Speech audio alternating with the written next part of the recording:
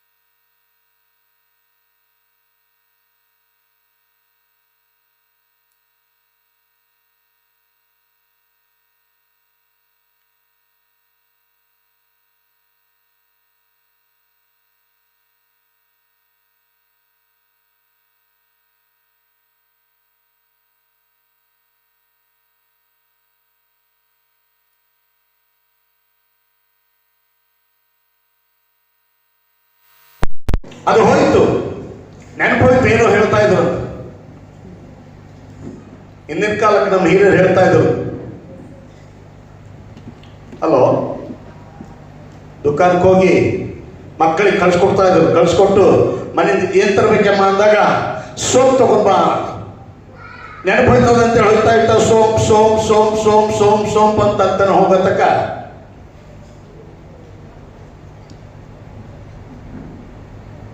ಮತ್ತೆ ತಿರುಗಿ ಬಂದು ಮಮ್ಮಿ ಏನ್ ಹೇಳಿದಿ, ಏನ ಸೋಂಪ್ತ ಅಂತ ಹೇಳಿದ. ಹೌದಲ್ಲ, ಅವನು ನೆನಪು ಬಂತೆ. ಅವ್ನು ಸೋಂಪ್ ಸೋಂಪ್ ಸೋಂಪ್ ಸೋಂಪ್ ಸೋಂಪ್. ಇದು ಯಾಕೆ ಹೇಳ್ತಾ ಇದ್ದೆ ಅಂದ್ರೆ 5,000 ವರ್ಷಗಳ ಹಿಂದೆ, ನಾನು ಹೇಳ್ತೆ ಬರೀ 5,000 ಅಲ್ಲ, ಸಾವಿರಾರು ವರ್ಷಗಳ ಹಿಂದೆ ದೇವರ ಒಂದು ಯೋಜನೆ, ದೇವರ ಒಂದು ಸಂಕಲ್ಪ, ದೇವರಲ್ಲಿರುವ ಒಂದು ಆಸೆ, ದೇವರಲ್ಲಿರುವ ಒಂದು ನಿರೀಕ್ಷೆ ತನ್ನ ಪ್ರವಾದಿಗಳನ್ನು ಕಳಿಸಿ, ಸೇವಕರನ್ನು ಕಳಿಸಿ, ಯಾಜಕರನ್ನು ಕಳಿಸಿ, ತನ್ನ ದಾಸರನ್ನು ಕಳಿಸಿ ಹೇಳಿದ. ಇಸ್ರಾಯೇಲ್ ಜನರಿಗಾಗಿ, ಯಹೂದಿ ಜನರಿಗಾಗಿ, ದೇವರಲ್ಲಿ ನಂಬಿಕೆ ಇಟ್ಟ ಜನರಿಗಾಗಿ ಇದು ನಾನು ಕೊಡ್ತಾ ಇದ್ದೇನೆ ಅಂತ ಹೇಳ್ದ. ಆದರೆ ಮುಂದೆ ಬರ್ತಾ ಬರ್ತಾ ಸಾವಿರಾರು ವರ್ಷಗಳದ ಕಾರಣ ಅದು ಮರಿವಂತಾಯ್ತು ಅಂತ ಹೇಳ್ತೇನೆ. ಮರೆತು ಹೋಗುವಂತೆ ಆಯ್ತು. ಯಾವಾಗ ಮರ್ತೋಯ್ತು, ಮರ್ತೋದ್ರಲ್ಲ ಅಂತೇಳಿ ಪುನರಾವರ್ತೆ ಅಂದ್ರೆ ಮತ್ತೊಂದು ಆವರ್ತೆ ಕ್ರಿಸ್ತನ ಮೂಲಕ ಆತನು ಯಾವುದನ್ನ ಹೇಳಿದ್ದಾನೋ, ಯಾವ ಮಾತನ್ನ ಕೊಟ್ಟಿದ್ದಾನೋ, ಯಾವ ವಾಗ್ದಾನವನ್ನು ಇಟ್ಟಿದ್ದಾನೋ ಅದನ್ನ ತಿಳಿಸುವುದಕ್ಕಾಗಿ ಈ ಸತ್ಯ ವೇದದ ಮೂಲಕ ಆತನು ಪ್ರಕಟಿಸ್ತಾ ಇದ್ದಾನೆ. ಎಷ್ಟು ಜನರಿಗೆ ಅರ್ಥ ಆಯ್ತು ನಾ ಹೇಳಿದ್ದು? ನೆನ್ಪಿರ್ಲಿ, ಇದು ಯಾರಿಗೋಸ್ಕರ ಅಲ್ಲ, ಇದು ಧರ್ಮಕ್ಕಾಗಿ ಅಲ್ಲ, ಇದು ದೇವರ ಮಕ್ಕಳಿಗಾಗಿ ಜಗದುತ್ಪತ್ತಿಗಿಂತ ಮುಂಚೆ ಯಾವ ಉದ್ದೇಶ, ಯಾವ ಒಂದು ಸಂಕಲ್ಪ, ಯಾವ ಒಂದು ಪ್ಲಾನ್ ಹಾಕಿದ್ದನೋ ಅದನ್ನೇ ನೀನು ಮುಟ್ಟುವ ತನಕ ಮತ್ತೆ ಮತ್ತೆ ಮತ್ತೆ ಮತ್ತೆ ಮತ್ತೆ ಮತ್ತೆ ನೆನಪು ಮಾಡ್ತಾ ಇದ್ದಾನೆ. ಕೀರ್ತನ ಗ್ರಂಥದಲ್ಲಿ ನಾವು ಓದ್ತೇವೆ, ಏನ್ ಹೇಳ್ತದೆ ಕೀರ್ತನೆ? ನನಗಂತೂ ನೆನಪಿಲ್ಲ, ತೆಗೆದು ನೋಡ್ತಾನೆ.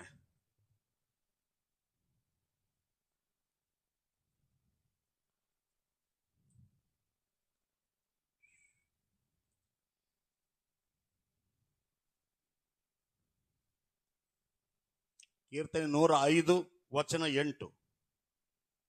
ಕೀರ್ತನೆ 105 ವಚನ 8 ಏನ್ ಹೇಳ್ತದೆ ನೋಡಿ. ಆತನು ತನ್ನ ವಾಗ್ದಾನವನ್ನು 1000 ತಲೆಗಳವರೆಗೂ ಏನು ಕೇಳಿಸಿಲ್ಲ, ಏನು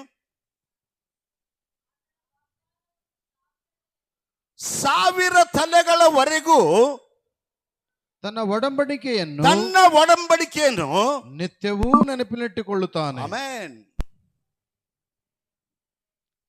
ನೀನ್ ಮರ್ತು ಹೋಗಿರ್ಬಹುದು, ನಿಮ್ಮ ಪಿತೃ ಮರ್ತು ಹೋಗಿರ್ಬಹುದು, ನಿಮ್ಮ ಹಿರಿಯರು ಮರ್ತು ಹೋಗಿರ್ಬಹುದು, ಅಬ್ರಾಮ್ ಮರ್ತು ಹೋಗಿರ್ಬಹುದು, ದಾವಿದ ಮರ್ತು ಹೋಗಿರ್ಬಹುದು, ಈಶಾಯ ಮರ್ತು ಹೋಗಿರ್ಬಹುದು, ಯೋಶೇಪ ಮರ್ತು ಹೋಗಿರ್ಬಹುದು. ಆದರೆ ಆತನು ಪುನಃ ಪುನಃ ಪುನಃ ಪುನಃ ತಿರುಗಿ ತಿರುಗಿ ತಿರುಗಿ ತಿರುಗಿ ಎಚ್ಚರಿಕೆ ಮಾಡ್ತಾ ಇದ್ದಾನೆ. ನಾ ಈ ವಾಗ್ದಾನ ಮಾಡಿದ್ದೇನೆ, ಅದು ನಿನಗಾಗಿ. ನನಗೆ ಆಶ್ಚರ್ಯವಕ್ಕಣಂತ ವಾಕ್ಯ ಬೈಬಲಲ್ಲೇ, ನನಗೆ ಬಹಳ ಆಶ್ಚರ್ಯವಕ್ಕಣಂತ ವಾಕ್ಯ, ಅದು ಬಹಳ ಅದ್ಭುತ. ಮೊದಲನೇ ಪೇತ್ರ 1ನೇ ಅಧ್ಯಾಯ 10ನೇ ವಚನ ನೋಡುವಾಗ, ಅಲ್ಲಿ 10-11 ಓದುವಾಗ ಅಲ್ಲಿ ಹೇಳ್ತದೆ ಏನಂತ. ಮೊದಲನೇ ಪೇತ್ರ 1ನೇ ಅಧ್ಯಾಯ ವಚನ 10-11 ಏನ್ ಹೇಳ್ತದೆ? ದೇವರು ನಿಮಗೆ ತೋರಿಸಿರುವ ಕೃಪೆಯನ್ನು ಕುರಿತು ಮುಂತಿಳಿಸಿದ ಪ್ರವಾದಿಗಳು ಈ ರಕ್ಷಣೆಯ ವಿಷಯದಲ್ಲಿ ಮುಂತಿಳಿಸಿದ ಪ್ರವಾದಿಗಳು ಒಂದೇ ನೆನಪಿರ್ಲಿ, ರಕ್ಷಣೆ ಎಂಬ ವಿಷಯ. ಇವತ್ತು ನಿನಗೆ ನೋಡಿ ರಕ್ಷಣೆ ಸಿದ್ಧ ಮಾಡಿಲ್ಲ. ನೀನು ಜನ್ಮ ತೆತ್ತುವುದಕ್ಕಿಂತ ಮುಂಚೆ ತಾಯಿಯ ಗರ್ಭದಲ್ಲಿ ಇರುವಾಗಲೇ, ನೀನು ಭೂಲೋಕಕ್ಕೆ ಬರುವುದಕ್ಕಿಂತ ಮುಂಚೆ ಅಣುರೇಣೆಯಾಗಿರುವಾಗಲೇ ನಿನಗಾಗಿ ಒಂದು ವಾಗ್ದಾನ, ನಿನಗಾಗಿ ಒಂದು ದರ್ಶನ, ನಿನಗಾಗಿ ಒಂದು ಪ್ರಮಾಣ, ನಿನಗಾಗಿ ಒಂದು ಒಡಂಬಡಿಕೆ, ನಿನಗಾಗಿ ಒಂದು ಯೋಜನೆ ಆತನು ಸಿದ್ಧ ಮಾಡಿಟ್ಟಿದ್ದಾನೆ. ಇದು ನೆನಪಿರ್ಲಿ ನಿಮಗೆ. ಸುಮ್ಮನೆ ಏನೋ ಕತಿ ಕಟ್ಟಿ ಚರ್ಚೆಗೆ ಬರೋದು ಬೇಕಾಗಿಲ್ಲ. ಸಭೆ ಬರ್ಬೇಕಾದ್ರೆ, ಸಭೆಯಲ್ಲಿ ಕಾಲಿಡಬೇಕಾದ್ರೆ, ದೇವರನ್ನ ಧ್ಯಾನ ಮಾಡಬೇಕಾದ್ರೆ, ದೇವರ ವಾಕ್ಯ ಧ್ಯಾನ ಮಾಡಬೇಕಾದ್ರೆ ಒಂದು ನಿನ್ನ ಜ್ಞಾಪಕದಲ್ಲಿರಲಿ. ಏನು ಅಂದ್ರೆ, ದೇವರು ನನಗಾಗಿ ಏನು ವಾಗ್ದಾನ ಮಾಡ್ಯಾನಲ್ಲ, ಆ ವಾಗ್ದಾನ ಇವತ್ತು ನೆರವೇರಿಸ್ತಾ ಇದ್ದಾನೆ. ಯಾರಿಗಾದ್ರೂ ಅರ್ಥ ಆದ್ರೆ ಸ್ವಲ್ಪ ಕೈ ಎತ್ತು ಒಂದ್ಸಾರಿ ಹೇಳ್ತೀರ. ವಾಗ್ದಾನ ನೆರವೇರಿಸ್ತಾ ಇದ್ದಾನೆ. ಕಣ್ಣಿಗೆ ಕಾಣಕ್ಕಿಲ್ಲ. ನೆನ್ಬೋದು, ಏನು ವಾಗ್ದಾನ ಮಾಡ್ಯ ನಮ್ಗ? ಎಲ್ಲರ ಹಂಗೆ ನಾಭಿ ಇದೆ, ಎಲ್ಲರ ಹಂಗೆ ನಾಭಿ ಜೀವಿಸ್ಲತ್ತಿದೆ, ಎಲ್ಲರ ಹಂಗೆ ನನ್ನ ಜೀವನ ಇದೆ ಅಂತ ನೀ ಹೇಳ್ತಾ ಇರ್ಬೋದು. ಆದರೆ ನಿನ್ನ ಒಳಗಡೆ ದೇವರ ಒಂದು ವಾಗ್ದಾನ ಇದೆ, ಒಡಂಬಡಿಕೆ ಇದೆ. ಯಾರು ಕ್ರಿಸ್ತನಲ್ಲಿ ಜೀವಿಸ್ತಾರೋ, ಯಾರು ಕ್ರಿಸ್ತನನ್ನ ಅರಿತುಕೊಳ್ತಾರೋ, ಯಾರು ಕ್ರಿಸ್ತನನ್ನ ಅಂಗೀಕರಿಸ್ತಾರೋ ಅವರ ಒಳಗಡೆ ದೇವರ ಒಂದು ಪ್ರಣಾಳಿಕೆ ಇದೆ. ನೀನ್ ಮರ್ತಿರ್ಬಹುದು, ನಿನ್ನ ಕುಟುಂಬ ಮರ್ತಿರ್ಬಹುದು, ನಿನ್ನ ತಂದೆ ತಾಯಿ ಮರ್ತಿರ್ಬಹುದು, ಆದರೆ ತಂದೆಯಾದ ದೇವರು ಆ ವಾಗ್ದಾನ ಮರಿಲಿಲ್ಲ.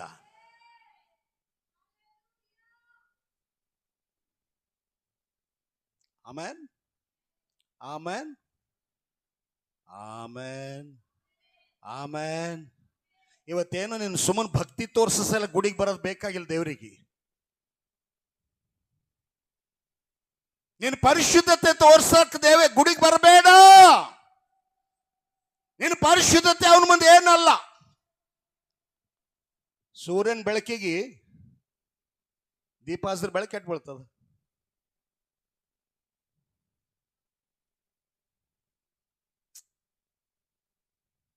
ಬಿಸಿಲಿನ ಟೈಮ್ನಾಗ ಒಂದು ದೀಪ ಹಸಿರು ಬೆಳಕು ಕೆಟ್ಟು ಬೀಳ್ತದ. ಹಿಂಗಂದ್ರ ಹಿಂದ್ ಕುಂತವ್ರು. ಸೂರ್ಯನ ಬೆಳಕಿಗೆ ಒಂದು ದೀಪ ಹಸಿರು ಬೆಳಕು ಕೆಟ್ಟು ಬೀಳ್ತದ. ಸಂಜು ಏನ್ ಕಾಣ್ತದ? ಮತ್ತ ಅಬ್ರಾಮ್ ಏನ್ ಕಾಣ್ತದ? ಅಲ್ಲ, ಸೂರ್ಯನ ಬೆಳಕಿಗೆ ಒಂದು ದೀಪ ಹಚ್ಚದೆ ಅಂತ ತಿಳ್ಕೊ, ಏನ್ ಕಾಣ್ತದ?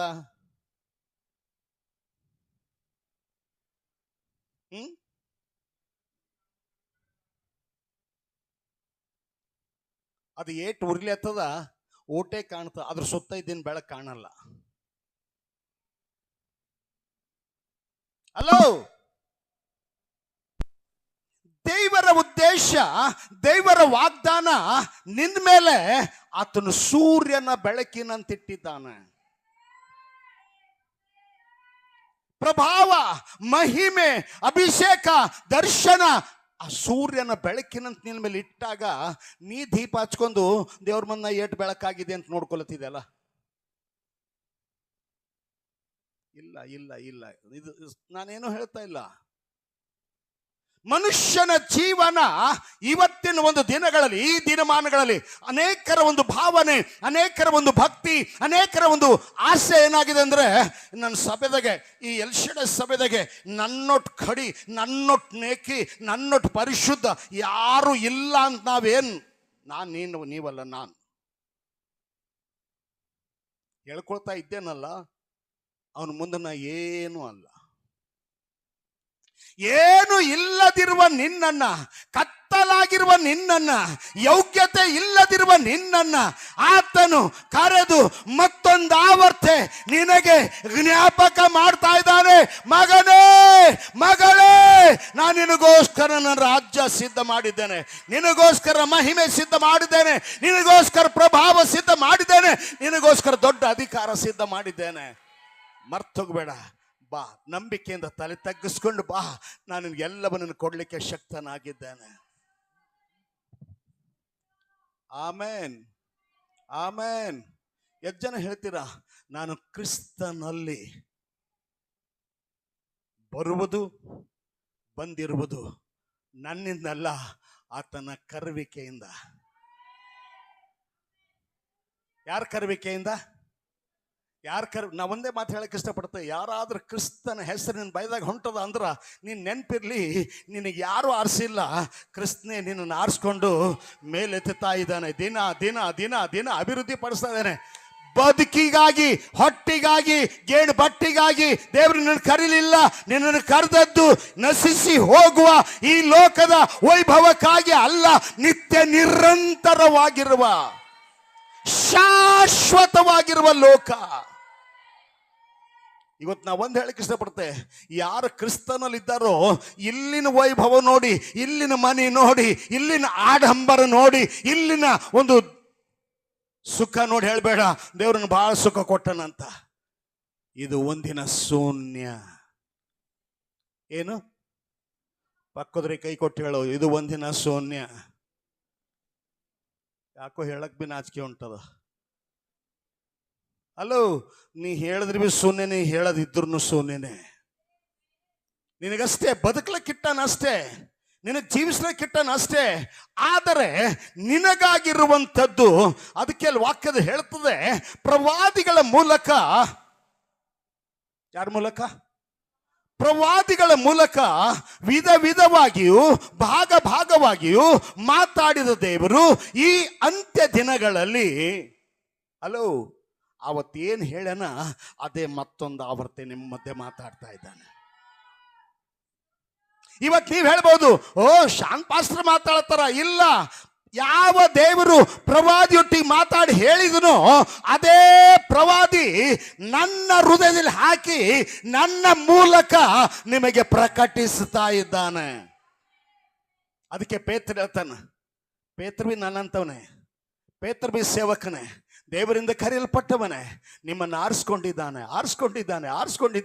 ನೀವು ಯಾರಾದರೂ ಒಂದು ವೇಳೆ ನಿಮ್ಮ ಮನಸ್ಸಿಗೆ ಇಲ್ಲ ನಾಯೇನು ಹುಳ, ನಾಯೇನು ಹಂದಿ, ನಾಯೇನು ನಾಯಿ ಅಂದ್ರೆ ಅಲ್ಲೇ ಇದ್ರಿ, ನಮಗೇನು ದೇವರಿಗೇನು ಬೇಕಾಗಿಲ್ಲ.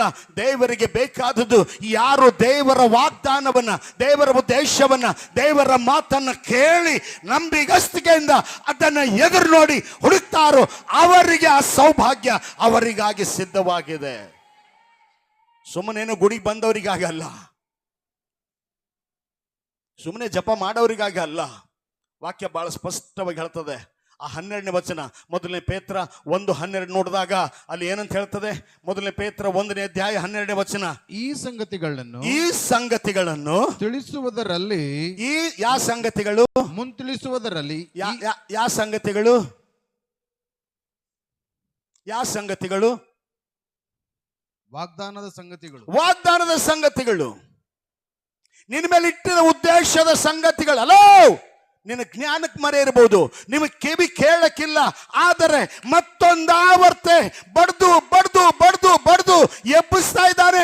ಹೇಳ್ರಿ, ನಿಮಗಾಗಿ ದೇವರ ರಾಜ್ಯ ಸಿದ್ಧವಾಗಿದೆ, ನಿಮಗಾಗಿ ಒಂದು ಲೋಕ ಸಿದ್ಧವಾಗಿದೆ, ನಿಮಗಾಗಿ ನಿತ್ಯ ನಿರಂತರವಾಗಿರುವ ಒಂದು ವೈಭವ ನಿಮಗಾಗಿ ಎಲ್ಲವನ್ನು ಸಿದ್ಧ ಮಾಡಿದ್ದೇನೆ.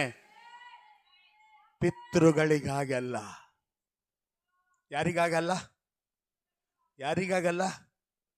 ಪಿತೃಗಳಿಗಾಗಲ್ಲ, ಕ್ರಿಸ್ತನಲ್ಲಿರುವವರಿಗಾಗಿ. ನಾನು ಸುಮ್ಮನೆ ಹೇಳ್ತಾ ಇಲ್ಲ, ಅಲ್ಲಿ ವಾಕ್ಯ ಓದಿದಾಗ ನನ್ನ ಹೃದಯಕ್ಕ ಎಚ್ಚರಿಕೆ ಮಾಡಿತ್ತು. ಓದಪ್ಪ, ಇನ್ನೊಂದು ಸಾರಿ ಓದೋದು 12ನೇ ವಚನ. ಈ ಸಂಗತಿಗಳನ್ನು. ಯಾವ ಸಂಗತಿಗಳು? ಈ ಸಂಗತಿ ಅಂದ್ರೆ ಯಾವು? ಹಿಂದೆ ಬರೆದಿರುವ ಎಲ್ಲಾ ವಾಗ್ದಾನಗಳು, ಹಿಂದೆ ಬರೆಯಲ್ಪಟ್ಟ ವಾಗ್ದಾನ, ಹಿಂದೆ ಮಾಡಿದ ವಾಗ್ದಾನ, ಹಿಂದೆ ಏನೆಲ್ಲ ಪ್ರವಾದಿಗಳ ಮೂಲಕ ವಿಧ ವಿಧವಾಗಿಯೂ ಭಾಗವಾಗಿಯೂ ಏನೆಲ್ಲ ಮಾತಾಡಲ್ಪಟ್ಟಿತ್ತೋ ಆ ವಾಗ್ದಾನ, ಆ ಉದ್ದೇಶ, ಆ ಸಂಕಲ್ಪ, ಆ ದೇವರು ಯಾರಿಗಾಗಿ ಇಟ್ಟಿದ್ದಾನೆ ಅಂತ ಹೇಳುವಾಗ ಅವರನ್ನು ಕೊಂದರು. ಯಾರು? ಪ್ರವಾದಿಗಳನ್ನು ಕೊಂದರು. ನಮ್ಮ ಸಲಕ್ಕೆ, ಯಾಕಂದ್ರೆ ನಾನು ಪ್ರವಾದಿ ಆಗಿದ್ದೇನಲ್ಲ, ನಾ ಯಾಜಕ ಆಗಿದ್ದೇನಲ್ಲ, ನಾ ಇಸ್ರಾಯೇಲ್ ಆಗಿದ್ದೇನಲ್ಲ, ಇದು ನನ್ನ ಸಲಕ್ಕೆ ಇರ್ಬೋದು ಅನ್ಕೊಂಡೇ ಪರಿಶೋಧನೆ ಮಾಡಕ್ಕೆ ಶುರು ಮಾಡಿದ್ರು. ಇದ್ರಾಗ ಯಾರ ಹೆಸರದ ಅಂತ, ಇದ್ರಾಗ ಯಾರ ಹೆಸರದ ಗೊತ್ತದ? ಪ್ರವಾದಿ ಹೆಸರಿಲ್ಲ. ಪ್ರವಾದಿ ರಾಜರ ಹೆಸರಿಲ್ಲ, ಇಸ್ರಾಯೇಲ್ ಹೆಸರಿಲ್ಲ. ಅದಕ್ಕೆ ವಾಕ್ಯದಾಗ ಬಂದಾಗ ಹೇಳ್ತಾನೆ, ನಿನಗೆ ಒಂದು ಹೊಸ ಹೆಸರನ್ನು ಕೊಡ್ತಾ ಇದ್ದೇನೆ. ಯಾವ ಹೆಸರು? ದುನಿಯಾದಾಗ ಇಲ್ಲಂತ ಹೆಸರು ನಿನಗೆ ಕೊಡ್ಲತ್ತಾನ. ಯೋಚನೆ ಮಾಡಿ, ಆ ಹೆಸರು ಇನ್ನ ಯಾರಿಗೆ ಬಿ ಹೇಳಿಲ್ಲ. ಹೇಳನ, ಆದ್ರೆ ಅರ್ಥ ಆಗಿಲ್ಲ. ಆಲ್ರೆಡಿ ಹೇಳನ, ಅರ್ಥ ಆಗಿಲ್ಲ. ಯಾವ ಹೆಸರದು? ಯೇಸು ಹುಟ್ಟುವಾಗ ದೇವದೂತ ಬಂದು ಮರಿಯಳಿಗೆ ಹೇಳ್ತಾನೆ, ಮರಿಯಳೆ ನಿನಗೊಂದು ಮಗು ಹುಟ್ಟುತ್ತದ, ಆ ಮಗುವಿಗೆ ಏನಂತ ಹೆಸರಿಡು? ಚಂದ್ರಕಲಾ, ಏನಂತ ಹೆಸರಿಡು? ಯೇಸು. ಯಾಕೆ ಯೇಸು ಅಂತ ಹೆಸರಿಡಂದ?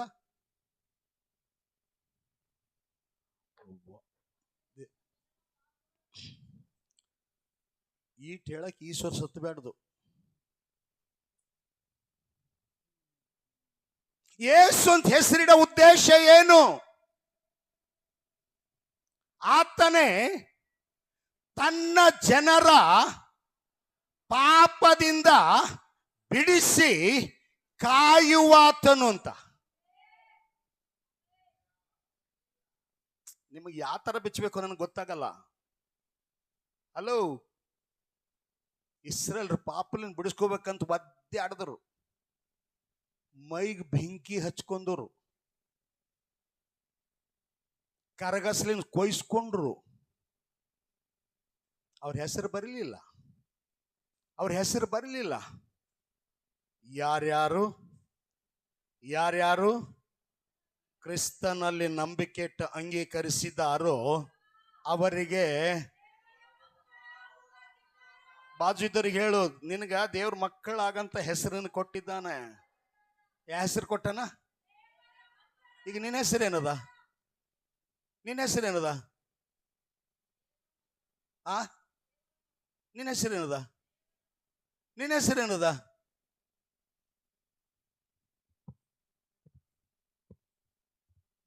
ಅರ್ಥ ಆಗಿಲ್ಲ. ಹಲೋ, ಯೋಚನೆ ಮಾಡು. ನಿನಗೆ ವಾಗ್ದಾನ ಮಾಡಿದ್ದ. ನಾನು ಹೇಳೋ ಜಾಗ ನೀವು ಎಷ್ಟು ಮಂದಿ ಅರ್ಥ ಮಾಡ್ಕೋತಾರೆ ಗೊತ್ತಿಲ್ಲ. ದೇವರು ಜಗದುತ್ಪತ್ತಿಕ್ಕಿಂತ ಮುಂಚೆ ವಾಗ್ದಾನ ಮಾಡಿ ಅದನ್ನು ಕಾಯ್ಕೊಂಡು ಬರ್ತಾ ಇದ್ದಾನ. ಯಾರಿಗೋಸ್ಕರ ನೇಮಿಸಲ್ಪಟ್ಟಿದೆಯಲ್ಲ ಅವ್ರಿಗೆ ಮುಟ್ಟುವ ತನಕ.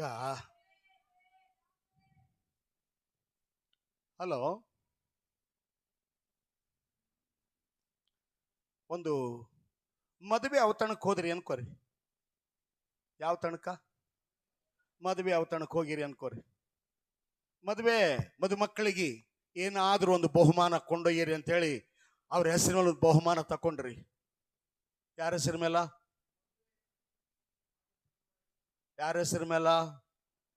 ಮದುಮಕ್ಕಳ ಹೆಸರು ಮೇಲೆ. ಯಾರ ಹೆಸರು ಮೇಲ? ಮದುಮಕ್ಕಳ ಹೆಸರು ಮೇಲೆ. ಇದ್ದೀರೇ ಮದುಮಕ್ಕಳ ಹೆಸರು ಮೇಲೆ ಬಹುಮಾನ ಖರೀದಿ ಮಾಡ್ತಾರ. ಇದು ಮದುಮಕ್ಕಳಿಗೆ ಕೂಡ ಸಲಕ ಅಂತ ಹೇಳಿ. ಅದು ಒಳ್ಳೇದು ಕೆಟ್ಟದು ಗೊತ್ತಿಲ್ಲ. ಅವ್ರ ಆಸೆ ಪ್ರಕಾರ, ಅವ್ರ ಉದ್ದೇಶ ಪ್ರಕಾರ ಇದು ನಾವು ಕೊಟ್ರ ನಮ್ಮೊಂದು ಹೆಸರು ಇರ್ತದ ಅಂತ ಹೇಳಿ ಆಸೆ ಪಟ್ಟು ಒಂದು ಬಹುಮಾನ ರೆಡಿ ಮಾಡ್ತಾರ. ಹಾದಿಗೆ ಬರೋ ಟೈಮ್ನಾಗ, ಮದಿಗೆ ಬರೋ ಟೈಮ್ನಾಗ, ಹಲೋ, 100 ಜನ ಮದಿಗೆ ಬಂದವರು ಇರ್ತಾರೆ.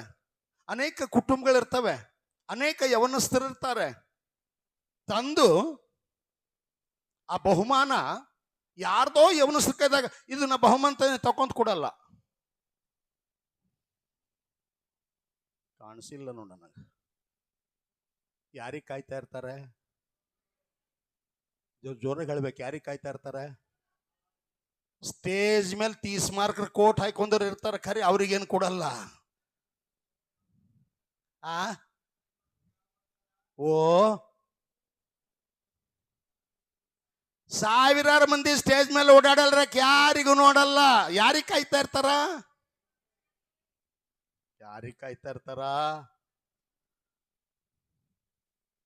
ಯಾವಾಗ ಮದುಮಕ್ಕಳು ಸ್ಟೇಜಿಗೆ ಬರ್ತಾರೋ ಆವಾಗ ಬಂದ್ರು ನಡ್ರಿ ಜಲ್ದಿ ಒಯ್ದು ಕೊಡ್ರಿ. ಯಾರಿಗೆ? ಹಲೋ, ನಿನಗೆ ಈಟ್ ಆಸೆ ಇದ್ರ ಪರಲೋಕದಲ್ಲಿರುವ ದೇವರು ಇಲ್ಲ ನೋಡಪ್ಪ.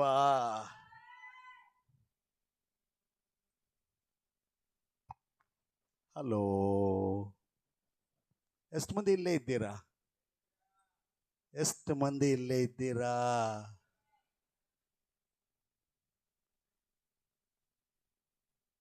ಈ ಮದುವೆ ಅಂದ್ರೆ ಲೋಕ.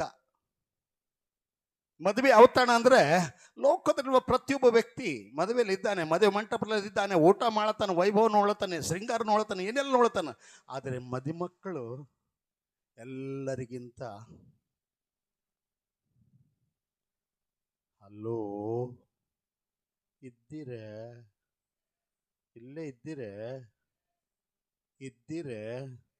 ಈ ವಾಗ್ದಾನದ ಬಹುಮಾನ ಮೊದಲ ಗಿತ್ತಿಗಾಗಿ ಸಿದ್ಧ ಮಾಡಿ ಈ ಅಂತ್ಯ ದಿನದಲ್ಲಿ ಆ ಮೊದಲ ಗಿತ್ತಿ ಕೈಯೇ ಕೊಡ್ಲಕ್ಕೆ ಕಾಯ್ತಾ ಇದ್ದಾನೆ.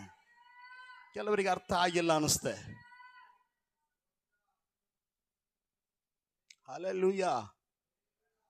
ತಂದವರು ಯಾರು ಇರಬಹುದು, ಯಾರ ಕೈಲಾರ ತರಿಸಿರಬಹುದು. ಆದರೆ ಆ ಬಹುಮಾನ ಮಕ್ಕಳಿಗೆ ಮಾತ್ರ ಸೇರಿದ್ದು. ಈ ಮಾತು ಯಾಕೆ ಹೇಳ್ತಾ ಇದೆ ಅಂದ್ರೆ, ಯಾರು ಕ್ರಿಸ್ತನಲ್ಲಿದ್ದಾರೋ ಅವರಿಗೆ ಮಾತ್ರ ದೇವರು ಒಂದು ವಿಶೇಷವಾದ ವಾಗ್ದಾನ, ಒಂದು ಕೊಡುಗೆ ಸಿದ್ಧ ಮಾಡಿ ಇಟ್ಟಿದ್ದಾನೆ. ಅಂಗೀಕರಿಸಬಲ್ಲವರು ಅಂಗೀಕರಿಸಲಿ. ವಾಕ್ಯ ಬಹಳ ಸ್ಪಷ್ಟವಾಗಿ ಹೇಳ್ತದೆ. ಈಗ ಓದಪ್ಪ 12ನೇ ವಚನ ಏನಂತ, ಈ ಸಂಗತಿಗಳನ್ನ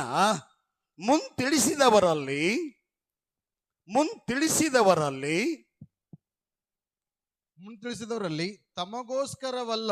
ಹಲೋ, ಯಾರಿಗೋಸ್ಕರ?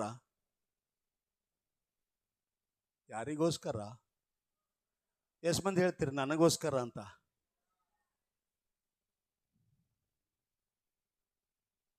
ಹಲೋ, ನಿಮ್ಗೆ ಹೆಂಗೆ ಹೇಳ್ಬೇಕು ನನಗೆ ಅರ್ಥ ಆಗ್ಲತ್ತಿಲ್ಲ. ಮದ್ವೆ ಯಾರ್ದದ?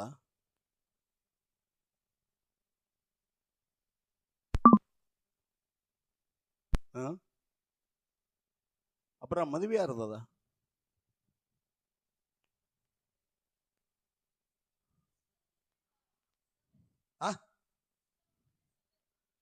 ಎಷ್ಟು ಮಂದಿ ಇಲ್ಲೇ ಇದ್ದೀರಾ? ಮದ್ವೆ ಯಾರ್ದದ?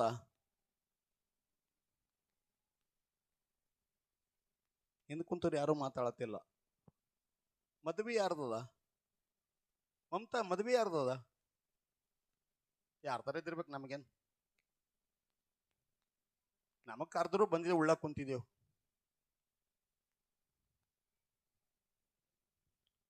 ಹಲೋ, ಮದುವೆ ಒಂದೇ ಮಾತು ಹೇಳ್ತೇನೆ, ಕ್ರಿಸ್ತನ ರಕ್ತದಿಂದ ಯಾರು ತೊಳೆಯಲ್ಪಟ್ಟರಲ್ಲ ಅವರ ಒಂದು ಮದುವೆ, ಅವರ ಒಂದು ಶೃಂಗಾರ, ಅವರ ವೈಭವಕ್ಕಾಗಿ ದೇವರು ಮೊದಲೇ ಬಹುಮಾನ ಸಿದ್ಧ ಮಾಡಿ ತಂದು ಹಾದಾಗಿದ್ದವ್ರ ಕೈಗೆ ಯಾರ ಕೈದಾಗ ಕೊಟ್ಟಿಲ್ಲ. ಯಾರ ಕೈದಾಗ ಕೊಡ್ಲಕ್ ರೆಡಿ ಏನ? ಇನ್ನ ಬಿ ಬಂದಿಲ್ಲ ನೋಡ್ರಿ ನೀವು. ಇಲ್ಲಿ ಮೊದಲಿಗಿತ್ತು ಎಷ್ಟು ಜನ ಇದ್ದೀರಾ? ಇದ್ದೀರಾ? ಏನ್ ತಗೊಳಕ್ಕಿದ್ದೀರಾ?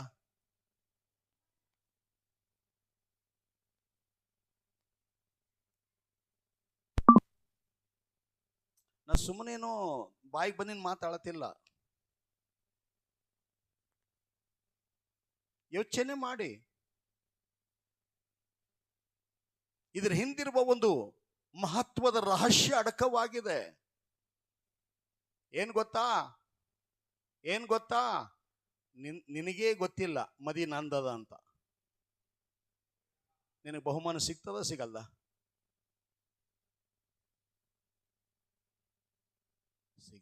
ಸಿಗಲ್ದ? ಸಿಗ್ತದ. ಓ,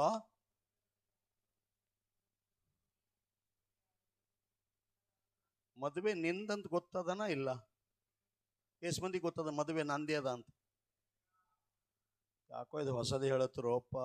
ಸಾರಿ ಮದಿ ಮಾಡ್ಕೊಂಬರಿ, ಈಗ ಒಂದ್ಸಾರಿ ಆಗ್ಯದ, ಒಬ್ಬಕ್ಕೆ ಹೆಣ್ತಿ ಹೇಳ ಮತ್ ಮದಿ ಮಾಡ್ಕೊಳತ್ರಲ್ಲ ಇವರು ಅಂತ. ಅಲ್ಲೋ, ಇಲ್ಲೇ ನಿಮ್ಮ ಹೋರಾಟ, ಇಲ್ಲೇ ನಿಮ್ಮ ಜೀವನ. ನಾನು ಹೇಳ್ಬೇಕಾದದ್ದು ಬಹಳ ಅರ್ಥಗರ್ಭಿತವಾದ ವಿಷಯ.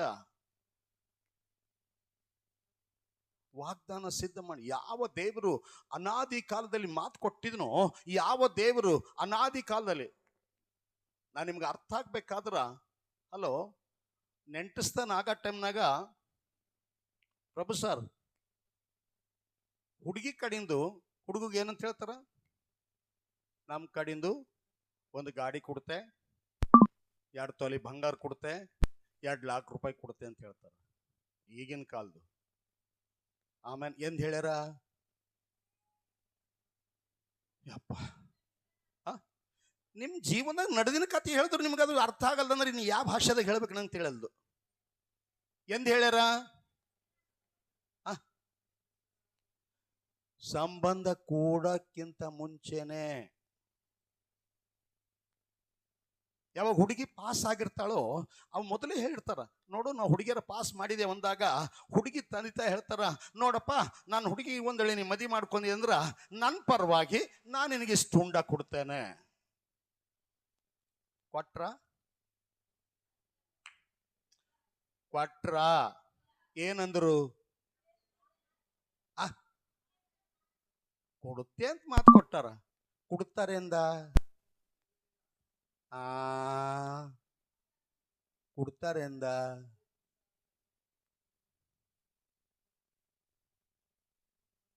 ಇವತ್ತು ಮಾತಾಡೋದು ಇವತ್ತೇ ಕೊಡ್ಬೇಕಲ್ಲ ನಿಮಗೆ?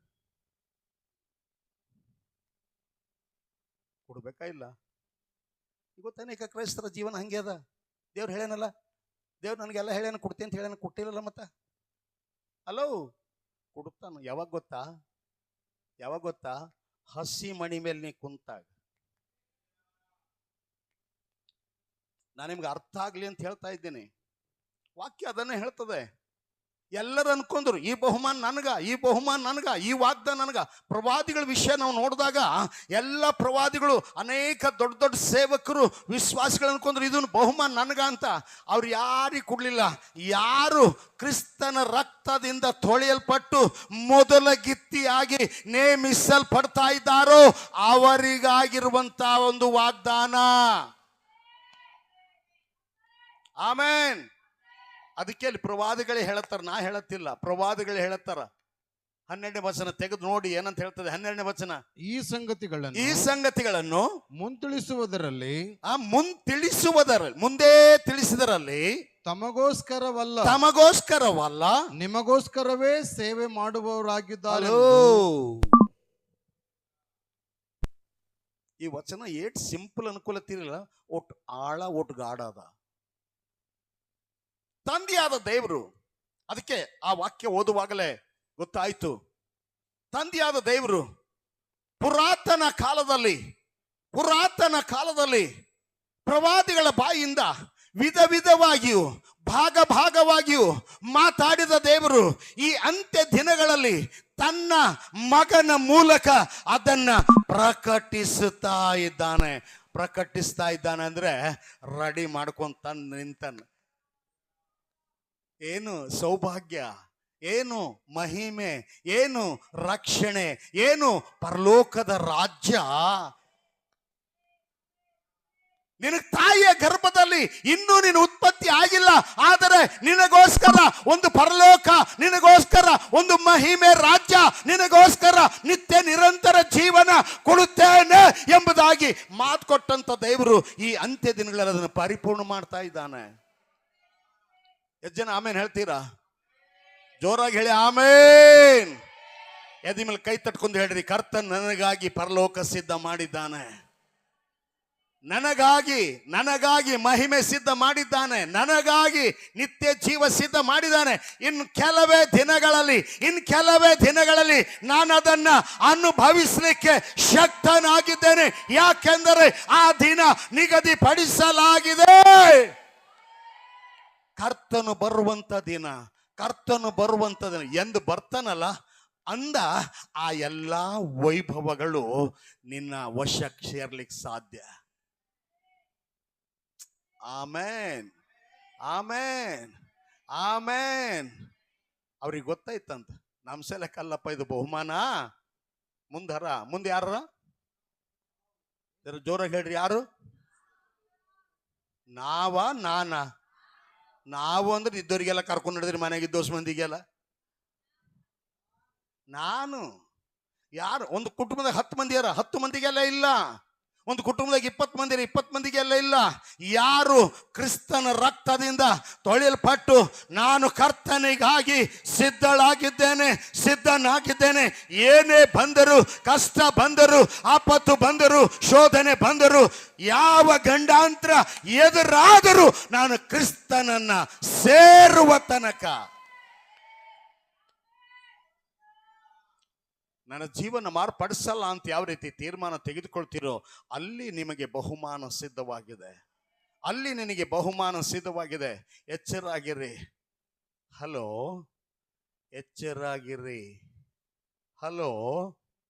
ಎಚ್ಚರಾಗಿರಿ. ನಾನು ಹೇಳಂಥದ್ದು ಸಾಧಾರಣ ಇಲ್ಲ, ನಾನು ಹೇಳಂಥದ್ದು ಸುಮ್ಮನೆ ಅಲ್ಲ. ಮೊದಲನೇ ಕೊರಿಂಥದಲ್ಲಿ ಒಂದು ವಿಷಯ ನಾವು ನೋಡ್ತೀವಿ.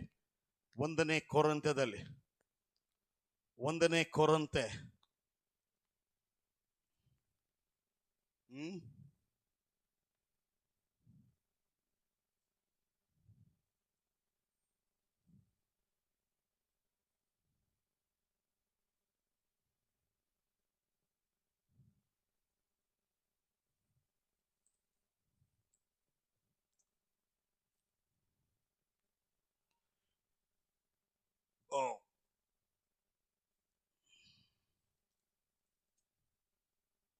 ಸಾರಿ, 2 ಕೊರಂತೆ 11ನೇ ಅಧ್ಯಾಯ 2 ಕೊರಂತೆ 11ನೇ ಅಧ್ಯಾಯ 2 ಕೊರಂತೆ 11ನೇ ಅಧ್ಯಾಯ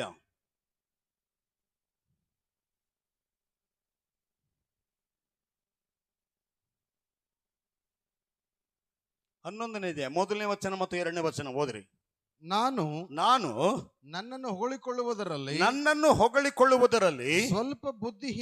ಸ್ವಲ್ಪ ಬುದ್ಧಿಹೀನತೆಯಿಂದ ಮಾತಾಡುತ್ತೇನೆ. ನೀವು ಅದನ್ನು ಸಹಿಸಿಕೊಳ್ಳುತ್ತೀರೇನೋ? ನನ್ನನ್ನು ಸಹಿಸಿಕೊಳ್ಳಬೇಕೆಂದು ನಿಮ್ಮನ್ನು ಬೇಡಿಕೊಳ್ಳುತ್ತೇನೆ. ಯಾಕೆಂದರೆ ದೇವರಲ್ಲಿರುವಂತ ಚಿಂತೆಯಿಂದಲೇ ನಾನು ನಿಮ್ಮ ವಿಷಯದಲ್ಲಿ ಚಿಂತಿಸುತ್ತೇನೆ. ನಿಮ್ಮನ್ನು ಕ್ರಿಸ್ತನೆಂಬ ಒಬ್ಬನೇ ಪುರುಷನನ್ನು ಪುರುಷನಿಗೆ ಶುದ್ಧ ಕನ್ನಿಕೆಯಂತೆ ಒಪ್ಪಿಸಬೇಕೆಂದು ನಿಮ್ಮನ್ನು ಆತನಿಗೆ ನಿಶ್ಚಯ ಮಾಡಿದ್ದೇನಲ್ಲ. ಹಲೋ, ಈಗ ನಿಮಗೆ ಅರ್ಥ ಆಗ್ಬೇಕಾದ್ರೆ ಮತ್ತೆ ನಾ ಈಚೆಗೆ ಧಮ್ಮನ ಮಾತನ್ನ ಬರ್ಬೇಕಾಯ್ತು. ಏಸು ಮಂದಿ ಸಕ್ಕರೆ ಹಾಕೊಂದಿರಿ? ಹಿಂದೊಬ್ರು ಕೈ ಎದ್ದರು. ಸಕ್ಕರೆ ಹಾಕೊಂದಿರಿ ಎಂದ?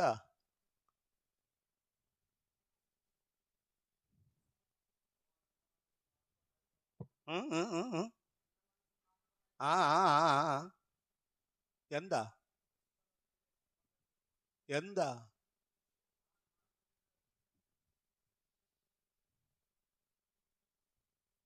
ಸಕ್ರೆ ಹಾಕೊಂದಿರ? ಸಕ್ರೆ ಹಾಕ್ಯಾರ. ನಾ ಹಿಂಗೆ ಹೇಳಿದ್ರೆ ನಿಮ್ಗೆ ಜರ ಎದಿಗೆ ಚುಚ್ಚಿದಂಗಾಗಿ ಸ್ವಲ್ಪ ಚಲೋ ಇಲ್ಲತ್ತೀರಿ ಅಂದ್ರೆ ನನಗೇನು ಫರಕ್ ಬಿದ್ದಿಲ್ಲ. ಹಲೋ, ನಿಮಗೆ ಗೊತ್ತಿರ್ಲಿ ಯಾವಾಗ ಯೇಸು ನಿಮ್ಮನ್ನ ತಿಳಿದಿದ್ದಾನೋ, ಯಾವಾಗ ಯೇಸು ನಿಮ್ಮನ್ನ ಕರೆದಿದ್ದಾನೋ, ಯಾವಾಗ ಯೇಸು ನಿಮ್ಮನ್ನ ಹುಡುಕಿದಾನೋ, ಆವತ್ತೇ ಆ ಕ್ರಿಸ್ತನು ನಿನ್ನನ್ನ ಮೆಚ್ಚಿದ್ದಾನೆ. ಏನ್ ಮಾಡ್ಯಾನ? ಆವತ್ತೇ ಮೆಚ್ಚಿದ್ದಾನೆ. ಯಾವತ್ತು ನೀ ಕ್ರಿಸ್ತನನ್ನ ಅರಿಲಿಕ್ಕೆ ಮನಸ್ಸು ಮಾಡಿದೆಯೋ ಆವತ್ತು ಹೇಳ್ತಾನ, ಈಕೆ ನನಗೆ ಇಷ್ಟ, ಈಕೆ ನನಗೆ ಬೇಕು ಎಂಬುದಾಗಿ ಅವತ್ತು ನಿಶ್ಚಯ ಮಾಡಿ ನಿನಗೇನು ಮಾಡ್ಯಾನ ಗೊತ್ತದ? ದೀಕ್ಷಾ ಸ್ನಾನದಾಗ ಮುಣುಗಿಸಿ ನಿನಗೆ ಆಲ್ರೆಡಿ ಸಕ್ರಿ ಹಾಕಿಟ್ಟನ. ಮದಿ ಆಗಿಲ್ಲ, ಅಟ್ಟೆ ಏನಾಗಿಲ್ಲ. ಹಿಂದಿದ್ದವ್ರು ಏನಾಗಿಲ್ಲ, ಮದಿ ಆಗಿಲ್ಲ. ಹುಡುಗಿ ಎಲ್ಲಿ ಹೇಳ ತವ್ರ ಮನೆಗೆ ಹೇಳ. ಗಂಡನ ಮನೆಗೆ ಎಂದು ಬರ್ತಾಳ? ಮದುವೆ ದಿನ ಆಲ್ರೆಡಿ ಸಕ್ಕರೆ ಕಿಟ್ಟನ, ಆದರೆ ಮದಿ ಅಲ್ಲ. ನಾವು ಎಂಗೇಜ್ಮೆಂಟ್ ಮಾಡೋ ಟೈಮ್ನಾಗ ಎಲ್ಲ ಜಾಗದಾಗ ಹೇಳ್ತೇವೆ, ಇದು ನಿಶ್ಚಯ ಕಾರ್ಯ, ಮದುವೆ ಅಲ್ಲ ಅಂತ. ನಿಶ್ಚಯ ಆಗಿದ ತಕ್ಷಣ ಮದುವೆ ಅಲ್ಲ, ಗುರ್ತಷ್ಟೇ, ನೇಮಿಸಿದವಷ್ಟೇ. ಯಾವಾಗ ಮದುವೆ ಆಗ್ತದೋ ಆವಾಗ ಸಂಬಂಧ ಸಂಪೂರ್ಣವಾಯಿತು. ಅದೇ ತರ ನೀನು ಕ್ರಿಸ್ತನ ರಕ್ತದಿಂದ ತೊಳೆಯಲ್ಪಟ್ಟು ನೀನು ಕ್ರಿಸ್ತನಿಗಾಗಿ ನೇಮಿಸಲ್ಪಟ್ಟವಳಾಗಿದ್ದಿ. ಇನ್ನು ನಿನಗೂ ಕ್ರಿಸ್ತನಿಗೂ ಸೇರ್ಬೇಕು. ಯಾವಾಗ ಸೇರ್ತೀಯ? ಕ್ರಿಸ್ತನ 2ನೇ ಬರುಣದಲ್ಲಿ ಜೊತೆ ಸೇರಿ 7 ವರ್ಷಗಳ ಕಾಲ ಮದುವೆಯ ಔತಣದಲ್ಲಿ ನೀನು ಪಾಲು ಹೊಂದಿದಾಗ ಆವಾಗ ನೀನು ಆತನಿಗೆ ಮೊದಲಿಗಿತ್ತಿ, ಆತನು ನಿನಗೆ ಯಜಮಾನ. Amen, amen, amen, amen. ನಿನಕ್ಕಿಂತ ಮುಂಚೆ ಇದ್ದ ಪ್ರವಾದಿಗಳು, ನಿನಕ್ಕಿಂತ ಮುಂಚೆ ಇದ್ದ ನೀತಿವಂತರು, ನಿನಕ್ಕಿಂತ ಮುಂಚೆ ಇದ್ದ ಭಕ್ತಾದಿಗಳು ನೋಡ್ದ. ಆದ್ರೆ ದೇವ್ರು ಈಕಿನ ಮಾರಿ ಜರ ದಮ್ಮದರಿ, ಈಕಿ ಜರ ಕರ್ರಗಳ್ರಿ, ಈಕಿ ಜರ ಉದ್ದಕ್ ಹಳ್ರಿ, ಈಕಿ ಜರ ಬುಡ್ಡ ಹಳ್ರಿ. ಆದ್ರೆ ನಿನ್ ನೋಡಿ ಹೇಳ್ತಾನ, ನಾ ಸುಮ್ಮನೆ ನೀನು ನೋಡಿ ಏನಂತ ಹೇಳ್ತಾನ, ಈಕೆ ನನಗೆ ಪ್ರಿಯನಾದವಳು. ಎಂತವಳು? ಈಕೆ ನನಗೆ ಪ್ರಿಯಳು, ಈಕೆ ನನಗೆ ಪ್ರಿಯ, ಈಕೆ ನನಗಿಷ್ಟ. ಯಾರು? ನೀ ಆರಿಸ್ಕೊಂಡಿಲ್ಲ,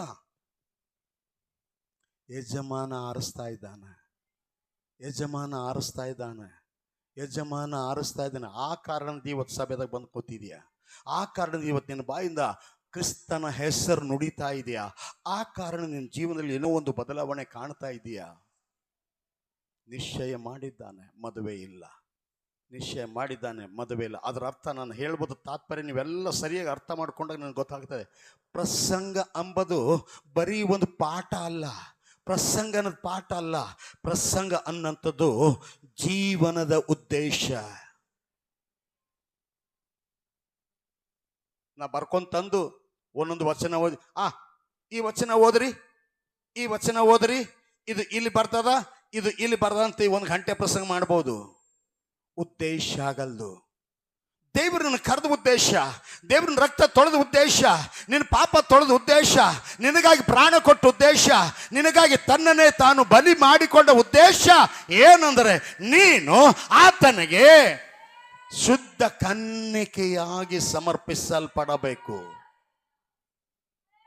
amen, amen, amen. Hallelujah, hallelujah. ನಾ ಹೇಳದ್ರ ಹಿಂದಿರುವಂತ ಒಂದೇ ಸಣ್ಣ ಡಾಗ್ ಏನ್ ಗೊತ್ತಾ? ಸಣ್ಣದೊಂದು ಚುಕ್ಕಿ, ಪಾಪದ ಚುಕ್ಕಿ. ಯಾವ್ದು ಗೊತ್ತಾ?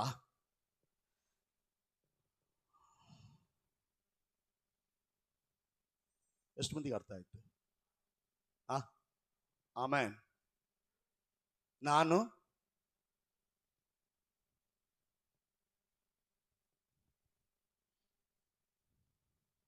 ಭಾಳ ನೀತಿವಂತಳು.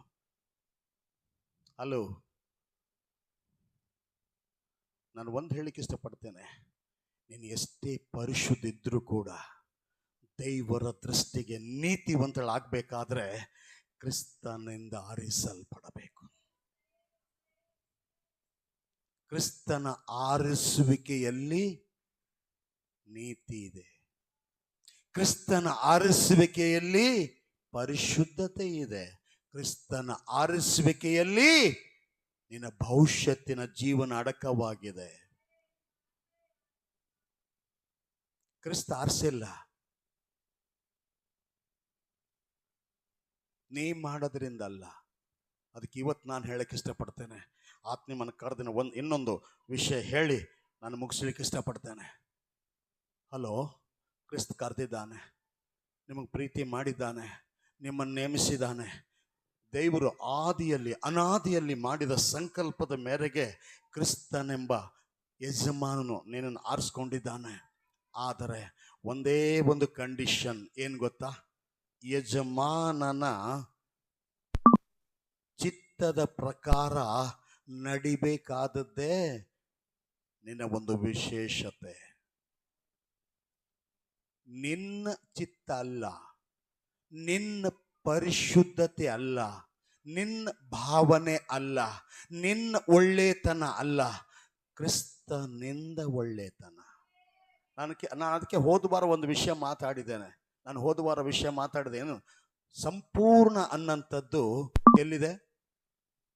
ಹೋದ ವಾರ ಯಾರು ಬಂದಿದ್ದೀರಾ? ಸ್ವಲ್ಪ ಕೈ ತೋರಿಸ್ತೀರಾ? ಹೋದ ವಾರ ಇದ್ದವ್ರು ಕೈ ಯಾಕೋ ಅರ್ಧಮರ್ಧ ಏನು ಕೇಳ್ತಾರೋ ಅಂತ. ಹೋದ ವಾರ ಬಂದಿದ್ದೀರಾ? ಬಂದಿದ್ದೀರಿ. ಹೋದ ವಾರ ಏನು ಪ್ರಸಂಗ ಮಾಡಿದ್ದೇನೆ?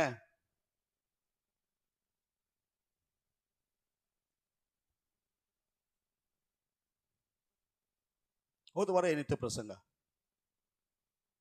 ಸರ್ವ ಸಂಪೂರ್ಣತೆ ಕ್ರಿಸ್ತನಲ್ಲಿ ಅವತರಿಸಿಕೊಂಡಿದೆ. ನೆನಪಾಯ್ತು ಪ್ರಸಂಗ? ಸರ್ವ ಸಂಪೂರ್ಣತೆ. ಮತ್ತೊಂದು ಸಾರಿ ವಾಕ್ಯ ತೆಗೆದು ತೋರಿಸ್ಬೋದು ನಿಮಗೆ. ಏನಂತ ವಾಕ್ಯ?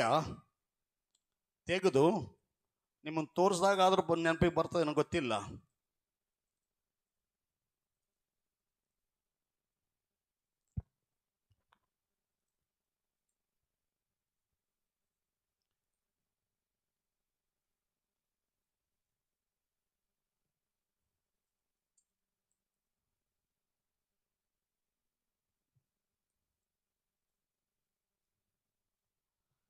ಕೊಲಸ್ಸೆ 2ನೇ ಅಧ್ಯಾಯ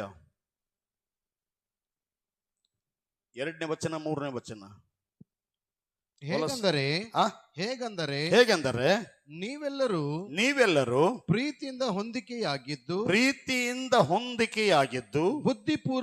ಬುದ್ಧಿಪೂರ್ವಕ ನಿಶ್ಚಯವೆಂಬ ಭಾಗ್ಯವನ್ನು ಪಡೆದು ದೇವರು ತಿಳಿಸಿರುವ ಮರ್ಮವನ್ನು, ಅಂದರೆ ತನ್ನಲ್ಲೇ ಜ್ಞಾನ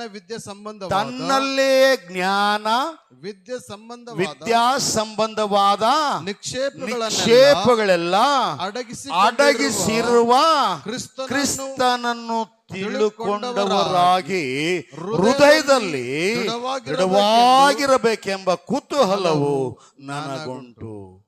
ಅಂದ್ರೆ ಅದರ ಅರ್ಥ, ನಿನ್ನ ಜೀವನದಲ್ಲಿ ಏನೆಲ್ಲ ಇದೆಯೋ ಅದೆಲ್ಲವೂ ಕ್ರಿಸ್ತನಲ್ಲಿಯೇ ಅಡಕವಾಗಿದೆ. ಆಮೇನ್, ಆಮೇನ್.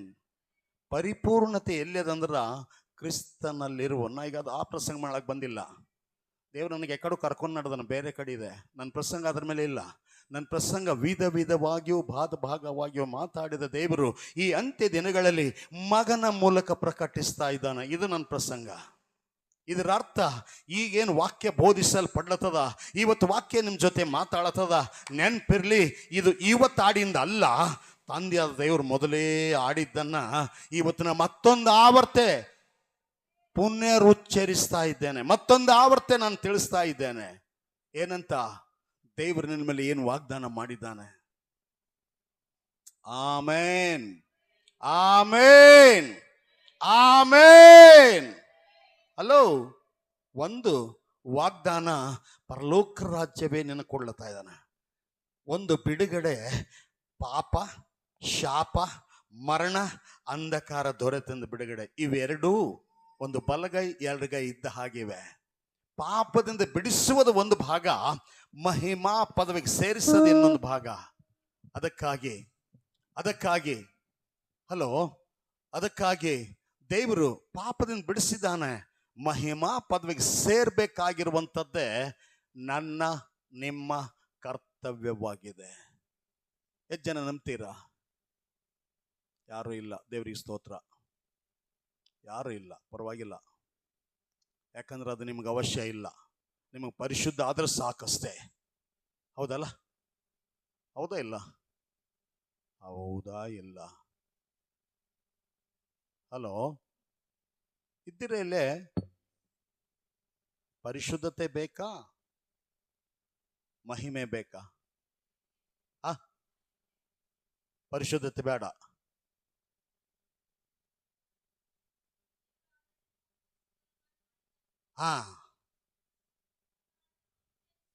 ಆಮೇನ್. ಪರಿಶುದ್ಧ ಮಾಡಿದ್ದಾನೆ.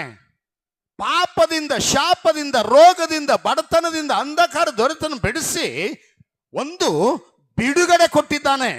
ಇನ್ನೊಂದು ಮಹಿಮಾ ಪದವಿ ಒದಗಿಸ್ತಾ ಇದ್ದಾನೆ. ಹಲ್ಲೆಲೂಯಾ. ಈಗ ನೀವು ನಂಬ್ತಿರಲ್ಲ ಗೊತ್ತಿಲ್ಲ, ನಾ ಮಾತ್ರ ನಂಬ್ತೇನೆ. ನನಗೋಸ್ಕರ ಮಹಿಮಾ ಪದವಿ ಸಿದ್ಧವಾಗಿದೆ ಅಂತ. ಯಾರಾದ್ರೂ ನಂಬಬೇಕಾದ್ರೆ ನಿಮ್ಮ ಪಕ್ಕದವ್ರಿಗೆ ಹೇಳು, ನಾನು ಮಹಿಮಾ ಪದವಿ ನನಗೋಸ್ಕರ ಸಿದ್ಧವಾಗಿದೆ ಅಂತ. ಮಹಿಮಾ ಪದವಿ ಸಿದ್ಧಿಲ್ಲ ನಿನಗ? ಇದೆಯಾ? ಯಾರಿಗಿಲ್ಲ? ನನಗೆ ಮಹಿಮಾ ಪದವಿ ಇಲ್ಲ, ಪರಿಶುದ್ಧ ಇದ್ರೆ ಸಾಕನ್ನಂತಾರೆ. ಯಾರಾದ್ರೂ ಇಲ್ಲಿದ್ದೀರಾ? ಹಲೋ, ಅದಕ್ಕೆ ನಾನು ಹೇಳಬೇಕಾದು, ಸರ್ವ ಸಂಪೂರ್ಣತೆ ಕ್ರಿಸ್ತನಲ್ಲಿ ಅವತರಿಸಿಕೊಂಡಿದೆ.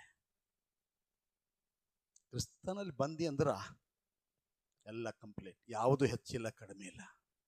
ನಿನಗೆ ಇವತ್ತಿದು ಕಾಣಲ್ಲ, ಆ ಮಹಿಮಾ ಪದವಿ ಇವತ್ತು ನಿನಗೆ ಕಾಣಲ್ಲ. ಮಹಿಮಾ ಪದವಿ ಕಾಲಿಟ್ಟಾಗ ಗೊತ್ತಾಗ್ತದೆ, ಯಪ್ಪ ದೇವ್ರು ನನಗೆ ಇದ್ರ ಸಲೆ ಕರ್ದನ ಅಂತ. ಇವತ್ತು ಬರೀ ಗುಡಿ ಕಡ್ಲಿತನ. ಗುಡಿಯಾಗ ಬಂದು ಏನಂತೀರಿ? ನಮಗೆ ಏನದ ಕದೆ ಹಾಳಿ ಹುಡುಸಿನಿ ಅದ, ನಮ್ದೇನದ ಕದೆ ಹಾಳಿ ಮನಿನಿ ಅದ, ನಮ್ದೇನದ ಕದೆ ಕಿದ್ದೇನದ ಕೆಲಸ ಅದ. ಅಲ್ಲೋ, ಅದ್ರ ಒಂದು ಗೊತ್ತಿರಲಿ, ಇದರಿಂದ ತಪ್ಪಿಸಿ ನಿಮಗೋಸ್ಕರ ಒಂದು ಹೊಸ ಗುಡಾರ, ನಿಮಗೋಸ್ಕರ ಒಂದು ಹೊಸ ರಾಜ್ಯ, ನಿಮಗೋಸ್ಕರ ಒಂದು ಹೊಸ ವೈಭವ, ನಿಮಗೋಸ್ಕರ ಒಂದು ಹೊಸ ಸ್ಥಾನ ಸಿದ್ಧ ಮಾಡ್ತಾ ಇದ್ದಾನೆ. ಸಿದ್ಧ ಮಾಡಿ ಆದ್ಮೇಲೆ ನಿನ್ನನ್ನ ಕರೆ ಕಳಿಸ್ತಾನೆ. ಇದು ನಿಮ್ಮೆಲ್ಲರಿಗೆ ಅರ್ಥ ಆಗಿರ್ಬೇಕು, ನಿಮ್ಮೆಲ್ಲರಿಗೆ ಅರ್ಥ ಆಗಿರ್ಬೇಕು. ನೀವು ಹಿಂದೆ ನೋಡೋದು ಅವಶ್ಯಕತೆ ಇಲ್ಲ, ಲೋಕ ನೋಡೋದು ಅವಶ್ಯಕತೆ ಇಲ್ಲ. ಆಲ್ರೆಡಿ ದೇವರು ನಿಮ್ಮ ಪ್ರೀತಿ ಮಾಡಿದ್ದಾನೆ, ಮೇಲೆತ್ತಿದ್ದಾನೆ. ಅನೇಕರ ಜೀವನ ಬೇರೆ ಇರಬಹುದು, ಅದ್ರ ಬಗ್ಗೆ ನಾನು ಮಾತಾಡಲಿಕ್ಕೆ ಇಷ್ಟಪಡಲ್ಲ. ಆದರೆ ಕ್ರಿಸ್ತನಲ್ಲಿ ನೇಮಿಸಲ್ಪಟ್ಟವರು, ಕ್ರಿಸ್ತನಲ್ಲಿ ಕರೆಯಲ್ಪಟ್ಟವರು, ಕ್ರಿಸ್ತನಲ್ಲಿ ನಿಲ್ಲುವವರು ಆ ಮಹಿಮೆಗಾಗಿ ಸಿದ್ಧರಾಗಬೇಕೆನ್ನುವಂಥದ್ದೇ ಇವತ್ತಿನ ಮುಖ್ಯ ಸಂದೇಶವಾಗಿದೆ. ಎಷ್ಟು ಮಂದಿ ಅಂಗೀಕಾರ ಮಾಡ್ತೀರಾ? ಎಷ್ಟು ಮಂದಿಗೆ ಮಹಿಮೆ ಬೇಕು, ಪರಲೋಕ ರಾಜ್ಯ ಬೇಕನ್ನಂತವ್ರು ಸ್ವಲ್ಪ ಕೈ ಎತ್ತಿ ತೋರಿಸ್ತೀರಾ? ನನಗೆ ಪರಲೋಕ ರಾಜ್ಯ ಸೇರಬೇಕು, ನಾನು ಮೊದಲುಗಿತ್ತಿಯಾಗಿ ಎತ್ತಲ್ಪಡಬೇಕನ್ನಂತವ್ರು ಇಲ್ಲಿದ್ದೀರಾ? ಸ್ವಲ್ಪ ಕೈ ಮೇಲೆ ಎತ್ತಿ ಹೇಳ್ರಿ, ನಾನು ಮೊದಲುಗಿತ್ತಿಯಾಗಿ ಎತ್ತಲ್ಪಡಬೇಕು. ಯಾಕಂದ್ರೆ ಯಾರು ಮೊದಲುಗಿತ್ತಿಯಾಗಿ ಎತ್ತಲ್ಪಡ್ತಾರೋ ಅವ್ರು ಮಾತ್ರ ಪರಲೋಕ ಸೇರ್ತಾರೆ, ಎಲ್ಲರೂ ಸೇರಲ್ಲ. ಯೇಸು ಅಂತ ಹೆಸರು ಹೇಳಿದವರು ಎಲ್ಲರೂ ಸೇರಲ್ಲ. ಯಾರು ಆ ಕ್ರಿಸ್ತನ ಚಿತ್ತ, ಕ್ರಿಸ್ತನ ಉದ್ದೇಶವನ್ನು ಅರಿತು ಜೀವಿಸ್ತಾ ಇದ್ದಾರೋ ಅವ್ರು ಮಾತ್ರ ಸೇರ್ತಾರೆ. ಆಮೇನ್, ಆಮೇನ್, ಆಮೇನ್. ಎಷ್ಟು ಜನ ಸಿದ್ಧರಾಗಿದ್ದೀರಾ? ಎಷ್ಟು ಜನ ನಾನು ಇಲ್ಲಿವರೆಗೆ ಹೇಳಿದ್ದು ಇವತ್ತಿಂದಲ್ಲ, ಅನಾದಿಯಿಂದ ಹೇಳ್ಕೊಂಡು ಬರ್ತಾ ಇದ್ದೇನೆ. ಅನಾದಿಯಿಂದ ಯಾರ್ದೋ ಒಬ್ಬರು ಕುರಿತು ಮಾತಾಡ್ತಿಲ್ಲ, ನಿನ್ನ ಕುಟುಂಬದ ಕುರಿತು. ಓ, ನೀ ಭಾಳ ಚಲೋ ಇದ್ದಿ, ದೇವ್ರು ನಿನಗೆ ಆಶೀರ್ವಾದ ಮಾಡ್ತಾನಂತ ಹೇಳಕ್ ಬಂದಿಲ್ಲ. ಹಲೋ, ನೀ ಭಾಳ ಜಪ ಮಾಡ್ತಿದಿ, ದೇವ್ರು ನಿನಗೆ ಆಶೀರ್ವಾದ ಮಾಡ್ತಾನಂತ ಹೇಳಕ್ ಬಂದಿಲ್ಲ. ಹಲೋ, ನಿನ್ನ ಪುಣ್ಯ ಕಾರ್ಯ, ನಿನ್ನ ಭಕ್ತಿ ಕಾರ್ಯ, ನಿನ್ನ ನೀತಿಯಿಂದ ನಿನ್ನ ದೇವರನ್ನು ಸನ್ನಿಧಿ ಸೇರಿಸ್ಲಿಕ್ಕೆ ಸಾಧ್ಯ ಇಲ್ಲ. ಕ್ರಿಸ್ತನ ನೀತಿ. ಅದಕ್ಕೆ ಆ ವಚನ ಓದಿದಾಗ ನನಗೆ ಭಾಳ ಆಶ್ಚರ್ಯವಾಗಿ ಕಾಣಿತು. ಯಾವುದು? ಕೊಲೊಸ್ಸೆ 2ನೇ ಅಧ್ಯಾಯಕ್ಕೆ ಬರ್ರಿ. ಕೊಲೊಸ್ಸೆ 2ನೇ ಅಧ್ಯಾಯಕ್ಕೆ ಬಂದಾಗ, ಕೊಲೊಸ್ಸೆ ಇಲ್ಲ, ಫಿಲಿಪಿ 3ನೇ ಅಧ್ಯಾಯ. ಫಿಲಿಪಿ 3ನೇ ಅಧ್ಯಾಯಕ್ಕೆ ಬರುವ ಅಲ್ಲೊಂದು ವಚನ ಓದಿ ನಾನು ಮುಂದೆ ಹೋಗ್ಲಿಕ್ಕೆ ಇಷ್ಟಪಡ್ತೇನೆ. ಫಿಲಿಪಿ 3 7ನೇ ವಚನ ಮತ್ತು 8ನೇ ವಚನ, 9ನೇ ವಚನ, 3 ವಚನ ಓದೋಣ. ಫಿಲಿಪಿ 3ನೇ ಅಧ್ಯಾಯ 7ನೇ ವಚನ, 8ನೇ. ಆದರೆ ನನಗೆ ಲಾಭವಾಗಿರುವಂತವುಗಳನ್ನ ಕ್ರಿಸ್ತನ ನಿಮಿತ್ತ ನಷ್ಟವೆಂದೆಣಿಸಿದ್ದೇನೆ. ಇಷ್ಟೇ ಅಲ್ಲದೆ ನನ್ನ ಕರ್ತನಾದ ಕ್ರಿಸ್ತನನ್ನು ಅರಿಯುವುದೇ ಅತಿ ಶ್ರೇಷ್ಠವೆಂದು ತಿಳಿದು ನಾನು ಎಲ್ಲವನ್ನು ನಷ್ಟವೆಂದೆಣಿಸ್ತೇನೆ. ಆತನ ನಿಮಿತ್ತ ನಾನು ಎಲ್ಲವನ್ನು ಕಳಕೊಂಡು ಅದನ್ನು ಕಸವೆಂದೆಣಿಸ್ತೇನೆ. ಇದರಲ್ಲಿ ನನ್ನ ಉದ್ದೇಶವೇನೆಂದರೆ ನಾನು ಕ್ರಿಸ್ತನನ್ನು ಸಂಪಾದಿಸಿಕೊಂಡು ನೇಮ ನಿಷ್ಠೆಗಳ ಫಲವಾಗಿರುವ ಸ್ವನೀತಿಯನ್ನು ಆಶ್ರಯಿಸದೆ. ಏನು ಏನು ಏನು ಇನ್ನೊಂದು ಸಾರಿ ಓದೋದು? ಸ್ವನೀತಿಯನ್ನು ಆಶ್ರಯಿಸದೆ. ಇದರ ಒಂದು ವಿಶೇಷತೆ ಇದೆ, ಕ್ರೈಸ್ತರ ಸರಿಯಾಗಿ ಅರ್ಥ ಮಾಡ್ಕೊಳ್ಬೇಕು. ಅಲ್ಲೋ, ಯಾರು ಕ್ರಿಸ್ತನಲ್ಲಿದ್ದಾರೆ ಗೊತ್ತಾ? ಕ್ರಿಸ್ತನ ನೀತಿಯಲ್ಲಿ ಪಾಲು ಹೊಂದಿದವರು ಮಾತ್ರ ಕ್ರಿಸ್ತನಲ್ಲಿ. ದೀಕ್ಷಾ ಸ್ನಾನ ಹೊಂದಿದವರೆಲ್ಲ ಕ್ರಿಸ್ತನಲ್ಲಿದ್ದವರಲ್ಲ. ಪ್ರಾರ್ಥನೆ ಮಾಡುವವರೆಲ್ಲ ಕ್ರಿಸ್ತನಲ್ಲಿದ್ದವರಲ್ಲ, ಕ್ರಿಸ್ತನ ನೀತಿಯನ್ನು ಅಂಗೀಕರಿಸಿದವರು. ಅದಕ್ಕೆ ಅದರ ಹಿಂದಿನ ಭಾಗ ಓದಿದಾಗ ಪೌಲ್ ಹೇಳ್ತಾನ, ಬಹಳ ಸ್ಪಷ್ಟವಾಗಿ ಹೇಳ್ತಾನೆ ಪೌಲ, ಕ್ರಿಸ್ತನ ನೀತಿ ಸ್ವನೀತಿ. ಯಾ ನೀತಿ ಬ್ಯಾಸರಿಕೆ ಐತ್ ನೋಡು. ಯಾ ನೀತಿ? ಕ್ರಿಸ್ತನ ನೀತಿ, ಸ್ವನೀತಿ ಅಂದ್ರ ಜರ ನೀವೇನೇನು ಮಾಡ್ತೀರಿ ಒಂದು 2 ಮಾತಿನ ಹೇಳ್ರಿ. ಏನ್ ಮಾಡ್ತೀರಿ ನೀವು? ನಾನು ಹೇಳಂದ್ರೆ ಬಿ ಇಲ್ಲ, ಹೇಳ್ರಿ ಎಂಬುದು ಇಲ್ಲ. ನಾನು ನಾನು 1 ವಾರ ಗುಡಿಗೆ ತಪ್ಪಲ್ಲ. ಪ್ರತಿದಿನ ಜಪ ಮಾಡಲ್ದೇನೆ ಹೊರಗೆ ಬರಲ್ಲ. ಪ್ರತಿದಿನ ನಾ ಬೈಬಲ್ ಓದಲ್ದೇನೆ ಹೊರಗೆ ಬರಲ್ಲ. ನಾ ಹೇಳ್ತೆ, ಕೈ ಜೋಡಿಸಿ ನಿಮ್ಗೆ ಹೇಳ್ತೆ, ಸ್ತೋತ್ರ ಒಳ್ಳೇದೇ, ನೀ ಪ್ರಾರ್ಥನೆ ಮಾಡೋದು ಒಳ್ಳೇದೇ, ನೀ ವಾಕ್ಯ ಓದೋದು ಒಳ್ಳೇದೇ, ನೀನು ಸಭೆಗೆ ಬರೋದು ಒಳ್ಳೇದೇ, ತಪ್ಪಂತ ಹೇಳ್ತಾ ಇಲ್ಲ. ಆದರೆ ನಿನಗೊಂದು ಅರ್ಥ ಇರಲಿ, ಆ ಪ್ರಾರ್ಥನೆ ಮಾಡೋದಾಗ್ಲಿ, ಆ ವಾಕ್ಯ ಓದೋದಾಗ್ಲಿ, ಆ ಮಾಡೋಂಥ ಕ್ರಿಯೆ ನಿನ್ನ ಪರಿಶುದ್ಧತೆಗಾಗಿ ಅಲ್ಲ. ನಿನಗಿರುವ ಪರಿಶುದ್ಧತೆ ಕ್ರಿಸ್ತನ ನೀತಿಯಲ್ಲಿ. ನಾನಂತೂ ಕೈ ಎತ್ತಿ ಆಮೇಲೆ ಹೇಳ್ತೇನೆ, ನೀವು ಹೇಳ್ತಿರೋ ಬಿಡ್ತಿರೋ ಗೊತ್ತಿಲ್ಲ. ನನಗಿರುವ ಪರಿಶುದ್ಧತೆ ಅಥವಾ ನನಗಿರುವ ನೀತಿ ಕ್ರಿಸ್ತನಿಂದ ಉಂಟಾದದ್ದು, ನನ್ನಿಂದ ಉಂಟಾದದ್ದಲ್ಲ. ನಾ ಪ್ರಾರ್ಥನೆ ಮಾಡೋದು ನನ್ನ ನೀತಿ ಸಲ್ಲಕ್ಕಲ್ಲ, ನಾ ಸಭೆಗೆ ಬರೋದು ನನ್ನ ನೀತಿ ಸಲ್ಲಕ್ಕಲ್ಲ. ಕ್ರಿಸ್ತನಲ್ಲಿರುವ ನೀತಿ ನನ್ನನ್ನು ಸಭೆಗೆ ತರ್ತಾ ಇದೆ. ಕ್ರಿಸ್ತನಲ್ಲಿರುವ ನೀತಿ ನನಗೆ ಪ್ರಾರ್ಥನೆಯಲ್ಲಿ ನಡೆಸ್ತಾ ಇದೆ. ಕ್ರಿಸ್ತನಲ್ಲಿರುವ ನೀತಿ ನನಗೆ ಪ್ರವಾದ ನುಡಿತಾ ಇದೆ. ಕ್ರಿಸ್ತನಲ್ಲಿರುವ ನೀತಿ ನನಗೆ ಅಭಿಷೇಕ ಮಾಡ್ತಾ ಇದೆ. ಕ್ರಿಸ್ತನಲ್ಲಿರುವ ನೀತಿ ನನಗೆ ಪರಲೋಕ ತೆರೆದಿರುವುದನ್ನು ನಾನು ಅನುಭವಿಸ್ತಾ ಇದ್ದೇನೆ. ಕ್ರಿಸ್ತನಲ್ಲಿರುವ ನೀತಿ ನಿನ್ನ ನೀತಿ ಅಲ್ಲ. ಭಕ್ತನ ಪೌಲ್ ಅದನ್ನೇ ಹೇಳ್ತಾ ಇದ್ದಾನೆ. ಏನಂತ 9ನೇ ವಚನ ಏನಂತ ಹೇಳ್ತದೆ? 9ನೇ ವಚನ ಇನ್ನೊಂದು ಸಾರಿ ನೋಡಿ.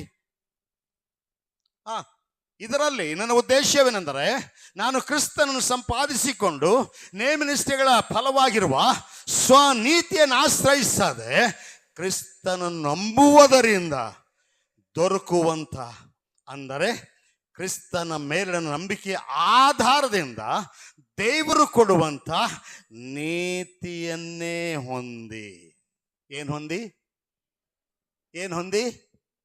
ನೀತಿಯನ್ನೇ ಹೊಂದಿ ಕ್ರಿಸ್ತನಲ್ಲಿರುವವನಾಗಿ ಕಾಣಿಸಿಕೊಳ್ಳಬೇಕೆಂಬುವುದೇ. ಆಮೇನ್. ಅರ್ಥ ಆಗಿಲ್ಲ ಅಂದ್ರೆ ಮನೆ ಕುಂತು ಮತ್ತೊಂದು ಸಾರಿ ಅಲ್ಲ, 10 ಸಾರಿ ಆ ವಚನ ಓದಿ ನೋಡಿ. ನಿನ್ನ ನೀತಿ ಯಾವ ಕೆಲಸದ್ದಿಲ್ಲ. ಕ್ರಿಸ್ತನಿಂದ ಉಂಟಾದ ನೀತಿ ನನ್ನನ್ನ ಮೊದಲ ಗಿತ್ತಿಯಾಗಿ ರೂಪಿಸ್ತದೆ. ಕ್ರಿಸ್ತನಿಂದ ಉಂಟಾದ ನೀತಿ ನನ್ನನ್ನ ದೇವರ ಮಗನು ಮಗಳಾಗಿ ನಡೆಸ್ತದೆ. Hallelujah, hallelujah. ನಾ ಇವತ್ತು ನಿಮಗೊಂದು ಪ್ರಶ್ನೆ ಕೇಳ್ಬೋದು. ನಿಮಗೆ ಕ್ರಿಸ್ತ ನೀತಿ ಬೇಕಾ, ನಿಮ್ಮ ನೀತಿ ಬೇಕಾ? ಎಷ್ಟು ಮಂದಿ ಹೇಳ್ತಾರೆ ನನಗೆ ಕ್ರಿಸ್ತ ನೀತಿ ಬೇಕು ಅಂತೇಳಿ? ಕ್ರಿಸ್ತ ನೀತಿ ಬೇಕು ಅಂದ್ರೆ ಕ್ರಿಸ್ತ ಏನು ಹೇಳ್ತಾನೆ ಆ ನೀತಿದಾಗ ಇರ್ಬೇಕು ನೀ. ಅಲ್ಲೇ ಹೋರಾಟ ಇದೆ. ಸೈತನ್ ಸಣ್ಣ ಹೋರಾಟ ಅಲ್ಲ. ಕ್ರಿಸ್ತನ ಕಾರ್ಯಗಳನ್ನು ಮಾಡುವುದರಿಂದ, ಕ್ರಿಸ್ತನು ಹೇಳಿದನ್ನು ಪಾಲಿಸುವುದರಿಂದ, ಕ್ರಿಸ್ತನು ಹೇಳಿದಂತೆ ನಡೆಯುವುದರಿಂದ ಕ್ರಿಸ್ತನ ನೀತಿಯಲ್ಲಿ ಪಾಲು ಹೊಂದಲಿಕ್ಕೆ ನೀನು ಶಕ್ತಳಾಗ್ತೀಯ. ಅದಕ್ಕೆ ಇವತ್ತು ನಾನು ಹೇಳಲಿಕ್ಕೆ ಇಷ್ಟಪಡ್ತೇನೆ, ಸುಮ್ಮನೆ ಏನೋ ಜಪ ಮಾಡ್ರಿ, ಭಕ್ತಿ ಮಾಡ್ರಿ, ಗುಡಿಗೆ ಬರ್ರಿ, ಕಾಣಿಕೆ ಕೊಡ್ರಿ, ಮನೆಗೆ ನಡ್ರಿ, ಬೇಡ. ಹಲೋ, ಕ್ರಿಸ್ತನ ಅರ್ಥಕೋ, ಕ್ರಿಸ್ತನ ನೀತಿಯನ್ನು ಅರ್ಥಕೋ. ಆವಾಗಲೇ ನಿನ್ನ ಜೀವನ, ಆವಾಗಲೇ ನೀನು ಸಭೆಗೆ ಗೆತ್ತಲ್ಪಡ್ತೀಯ, ಆವಾಗಲೇ ನೀನು ಮೊದಲಗೆತ್ತಿ ಆಗ್ತೀಯ, ಆವಾಗಲೇ ಕರ್ತನ ಪ್ರೀತಿ ನಿನ್ನ ಮೇಲಿರ್ತದೆ, ಆವಾಗಲೇ ನಿನ್ನ ಹೆಸರು ಬದಲಾಯಿಸಲ್ಪಡುತ್ತದೆ. ಆಮೇನ್, ಆಮೇನ್, ಆಮೇನ್, ಆಮೇನ್. Hallelujah, hallelujah. ಇವತ್ತು ನನ್ನ ಹೆಸರು ದೇವರ ಮಗನು ಎಂಬುದಾಗಿ. ಎಷ್ಟು ಮಂದಿ ಆಮೇಲೆ ಹೇಳ್ತೀರಾ? ಕೈ ಎತ್ತಿ ಆಮೇಲೆ ಹೇಳಿ. ನಾನು ದೇವರ ಮಗನು, ನಾನು ದೇವರ ಮಗಳಾಗಿದ್ದೇನೆ ಅನ್ನುವಂಥರು ಸ್ವಲ್ಪ ಮೇಲೆ ಕೈ ಎತ್ತಿ ಹೇಳಿ. ನಾನು ದೇವರ ಮಗಳಾಗಿದ್ದೇನೆ, ನನ್ನ ಹೆಸರೇ ದೇವರ ಮಗಳು, ನನ್ನ ಹೆಸರೇ ದೇವರ ಮಗ ಎಂಬುದಾಗಿ. ಆಮೇನ್. ಇದು ನೆನಪಿರ್ಲಿ, ನಾನೇನು ಸುಮ್ಮನೆ ಹೇಳ್ತಾ ಇಲ್ಲ. ಪ್ರವಾದಿಗಳ ಬಾಯಿಂದ ಹೇಳಿದಂಥ ಮಾತು ಮತ್ತೊಂದು ಆವರ್ತಿ ನಿಮ್ಗೆ ಎಚ್ಚರಿಸ್ತಾ ಇದ್ದಾನೆ. ಹೇಳಲಿಕ್ಕೆ ಮನಸ್ಸಿದೆಯಾ? ಅಂಗೀಕಾರ ಮಾಡ್ಲಿಕ್ಕೆ ಮನಸ್ಸಿದೆಯಾ? ಯಾರ್ಯಾರು ಆತನ ಅಂಗೀಕರಿಸ್ರೋ, ಅಂದರೆ ಆತನ ಹೆಸರು ನಂಬಿಕೆ ಇಟ್ಟರೋ ಅವರಿಗೆ ದೇವರ ಮಕ್ಕಳಾಗುವ ಅಧಿಕಾರ. ಆಮೇನ್, ಆಮೇನ್. ಇವತ್ತು ನಾನು ನಿಮಗ ಲೋಕದಿಂದ ತುಂಬಿಸ್ಲಿಕ್ಕೆ ಬಂದಿಲ್ಲ, ಆತ್ಮೀಕತೆಯನ್ನು ತುಂಬಿಸ್ಲಿಕ್ಕೆ ಬಂದಿದ್ದೇನೆ. ನಿಮಗೆ ಲೋಕದಾಗ ವೈಭವ ಕೊಡ್ಲಿಕ್ಕೆ ಬಂದಿಲ್ಲ. ಕ್ರಿಸ್ತ ಪರಲೋಕದಲ್ಲಿ ನಡೆಸುವುದಕ್ಕಾಗಿ ಬಂದಿದ್ದಾನೆ. ಅದು ನೀವು ಅರ್ಥ ಮಾಡ್ಕೊಳ್ಬೇಕು. ಅದು ನೀವು ಸರಿಯಾಗಿ ಅರ್ಥ ಮಾಡ್ಕೊಳ್ಬೇಕು. ಆಗಲೇ ನಿನ್ನ ಜೀವನದಲ್ಲಿ ಒಂದು ದೊಡ್ಡ ಕಾರ್ಯ ನಿನ್ನ ಕಾಣುವ ಶಕ್ತನಾಗ್ತೀಯ. ಆಮೇನ್, ಆಮೇನ್, ಆಮೇನ್. ಒಂದು ಮಾತ್ರ ಸತ್ಯ, ಕೊನೆಯದು ಹೇಳಿ ನಾನು ಮುಗಿಸ್ತೇನೆ. ಒಂದು ಮಾತ್ರ ಸತ್ಯ, ದೇವರು ನಿನ್ನನ್ನು ಪ್ರೀತಿಸಿ ಜಗದುತ್ಪತ್ತಿಗಿಂತ ಮುಂಚೆ ನಿನ್ನ ಮೇಲೆ ಒಂದು ಹೆಸರಿಟ್ಟಿದ್ದಾನೆ. ಅದರ ನಿಮಿತ್ತ ನಿನ್ನನ್ನು ಕರೀತಾ ಇದ್ದಾನೆ. ಅದರ ನಿಮಿತ್ತ ನಿನಗೆ ದೇವರ ಮಕ್ಕಳಾಗಿ ರೂಪಿಸ್ತಾ ಇದ್ದಾನೆ. ಅದರ ನಿಮಿತ್ತ ನಿನಗೆ ತನ್ನಲ್ಲಿರುವ ಸಕಲವನ್ನು ನಿನಗಾಗಿ ಕಳಕೊಂಡು ನಿನ್ನನ್ನು ಸಂಪಾದಿಸ್ತಾ ಇದ್ದಾನೆ. ಒಂದು ವಿಷಯ ಅಂತ ನನಗೆ ಹೇಳಕ್ಕಾಗಲ್ಲ, ಅನೇಕ ವಿಷಯಗಳವೆ. ಕ್ರಿಸ್ತ ಒಟ್ಟು ಸಾಧಾರಣವಾಗಿ ನಮ್ಮನ್ನು ಸಂಪಾದಿಸಲಿಲ್ಲ, ತನ್ನ ಸ್ವರಕ್ತ ಕೊಟ್ಟು. ನಾನು ಮೊನ್ನೆ ಬೈಬಲ್ ಓದ್ತಾ ಇದ್ದೆ, ಓದುವಾಗ ಒಂದು ವಾಕ್ಯ ನೆನಪಿಗೆ ಬಂತು, ಇಬ್ರಿಯ 5ನೇ ಅಧ್ಯಾಯ ನೆನಪಿಗೆ ಬಂದಾಗ ಓದ್ತಾ ಇರುವಾಗ ಅಲ್ಲಿ ಒಂದು ವಿಷಯ ನನ್ನ ಕಣ್ಣಿಗೆ ಬಿತ್ತು. ಏನಂತ ಗೊತ್ತಾ? ಹಲೋ, ಒಂದು ಸಾರಿ ಆಮೇನ್ ಹೇಳಿ, ಎಲ್ಲರೂ ಹೇಳಿ ಆಮೇನ್, ಜೋರಾಗಿ ಹೇಳಿ ಆಮೇನ್. ಒಂದು ವಿಷಯ ನೆನಪಿಗೆ ಬಂತು. ಏನಂತ ಕೇಳಿದಾಗ ಅಲ್ಲಿ ಬರೆಯಲ್ಪಟ್ಟಿದೆ ಇಬ್ರಿಯ 5ನೇ ಅಧ್ಯಾಯದಲ್ಲಿ. ಏನಂತ? ಯಾಜಕರು ಕಾಣಿಕೆ ಸಮರ್ಪಣೆ ಮಾಡ್ತಾ ಇದ್ರು. ಏನು ಸಮರ್ಪಣೆ ಮಾಡ್ತಾ ಇದ್ರು ಅಂದ್ರೆ, ಜನರು ತಂದಂತ ಕಾಣಿಕೆ ತಗೊಂಡೊಯ್ದು ದೇವರ ಪರಿಶುದ್ಧ ಸ್ಥಳದಾಗ ಒಯ್ದು ಸಮರ್ಪಣೆ ಮಾಡಿ ಹಿಂದಕ್ಕೆ ಬಂದು ಹೇಳ್ತಿರು, ನಿಮ್ಮ ಕಾಣಿಕೆ ದೇವರಿಗೆ ಒಪ್ಪಿಸಿದ್ದೇವೆ ಅಂತ. ಆದರೆ ಅವರು ಕಾಣಿಕೆಯಾಗಿ ಸಮರ್ಪಿಸಲಿಲ್ಲ. ಅದು ನನಗೆ ಬಹಳ ಎದೆಗೊಂದು ಗುದ್ದಿದಂಗೆ ಐತೆ. ಹೌದಲ್ಲ ದೇವ್ರೆ, ಯಾಜಕರು, ಮಹಾಯಾಜಕರು ಜನರು ಕೊಟ್ಟಿದ್ವಿ ದೇವ್ರಿಗೆ ಕೊಡ್ತಿರ್ತಾರೆ, ಅವ್ಗಳಿಂದ ಏನು ಬರ್ತಿಲ್ಲಲ್ಲ, ಅವ್ರೇನು ಕೊಡ್ತಿಲ್ಲಲ್ಲ. ಆದರೆ ಕ್ರಿಸ್ತನು ವಾಕ್ಯ ನೋಡಿದಾಗ ನನಗೆ ಬಹಳ ಆಶ್ಚರ್ಯವಾಗಿತ್ತು. ಕ್ರಿಸ್ತನು ತನ್ನನ್ನೇ ತಾನು ಸಮರ್ಪಿಸಿಕೊಂಡು ತನ್ನ ರಕ್ತ ತಕೊಂಡು ಹೋಗ್ಯಾನಂತ. ಕುರಿ ರಕ್ತ ಇಲ್ಲ, ಕೋಳಿ ರಕ್ತ ಇಲ್ಲ, ಹೋತದ ರಕ್ತ ಇಲ್ಲ. ಹಲೋ ಹಲೋ ಹಲೋ, ಕ್ರಿಸ್ತನೇ ಸ್ವರಕ್ತದಿಂದ ಸಂಪಾದಿಸಿಕೊಂಡ ಸಭೆ ಅಂತ ಕರಿತಾ ಇದ್ದಾನೆ. ಅದಕ್ಕೆ ನಾನು ಇವತ್ತು ಹೇಳಕ್ಕೆ ಇಷ್ಟಪಡ್ತೇನೆ, ಈ ಸಭೆ ಕ್ರಿಸ್ತನ ರಕ್ತದಿಂದ ತೊಳೆಯಲ್ಪಟ್ಟದಾಗಿದೆ. ಈ ಸಭೆ ಕ್ರಿಸ್ತನ ರಕ್ತದಿಂದ ಕೊಂಡುಕೊಳ್ಳಲ್ಪಟ್ಟದಾಗಿದೆ. ನಮಗೇನು ಇಲ್ಲ, ಎಲ್ಲವನ್ನ ಮಾಡಿ ಮುಗಿಸಿ ಅದನ್ನು ಪರಿಪೂರ್ಣ ಮಾಡಿದ್ದಾನೆ. ನಾನು ಅದನ್ನೇ ಪದೇ ಪದೇ ಹೇಳಲಿಕ್ಕೆ ಇಷ್ಟಪಡ್ತೇನೆ. ಕಾರಣ ಅದರಲ್ಲಿ ಒಂದು ವಿಶೇಷತೆ ಇದೆ. ನಮ್ಮ ನೀತಿ ಅಲ್ಲ, ಕ್ರಿಸ್ತನಲ್ಲಿರುವ ನೀತಿ. ಆ ನೀತಿನೇ ಇವತ್ತು ಆರಿಸಿಲ್ಲ, ಜಗದುತ್ಪತ್ತಿಗಿಂತ ಮುಂಚೆನೇ ಆರಿಸಿದ್ದಾನೆ. ಆ ನೀತಿ ಜಗದುತ್ಪತ್ತಿಗಿಂತ ಮುಂಚೆ ನನಗಾಗಿ ಸಿದ್ಧ ಮಾಡಿದ್ದಾನೆ. ಅದನ್ನು ನಾವು ಅರ್ಥ ಮಾಡ್ಕೊಂಡು ಜೀವಿಸಿದಾಗ ದೇವರು ನಮ್ಮ ಜೀವನದಲ್ಲಿ ದೊಡ್ಡ ಆಶೀರ್ವಾದ ಕೊಡಲು ಶಕ್ತನಾಗಿದ್ದಾನೆ. ನಾವು ನಮ್ಮ ಜೀವಿತವನ್ನು ಕರ್ತನಿಗೆ ಸಮರ್ಪಿಸಿಕೊಟ್ಟು ಒಂದು ಸಾರಿ ನಮ್ಮ ಕಣ್ಣುಗಳನ್ನು ಮುಚ್ಚಿಕೊಂಡು ನಮ್ಮ ಪಾದ ಮೇಲೆ ಎದ್ದು ನಿಂತ್ಕೊಳ್ಳೋಣ. ಕರ್ತನಾದ ದೇವರೇ, ನನ್ನನ್ನು ನಾನು ಸಮರ್ಪಿಸಿಕೊಳ್ಳುತ್ತೇನೆ. ನಂಬಿಕೆ ಇದ್ದವರು ಮಾತ್ರ, ಯಾರ್ಯಾರು ಕ್ರಿಸ್ತನೊಟ್ಟಿಗೆ ಇರ್ಲಿಕ್ಕೆ ಇಷ್ಟಪಡ್ತೀವಿ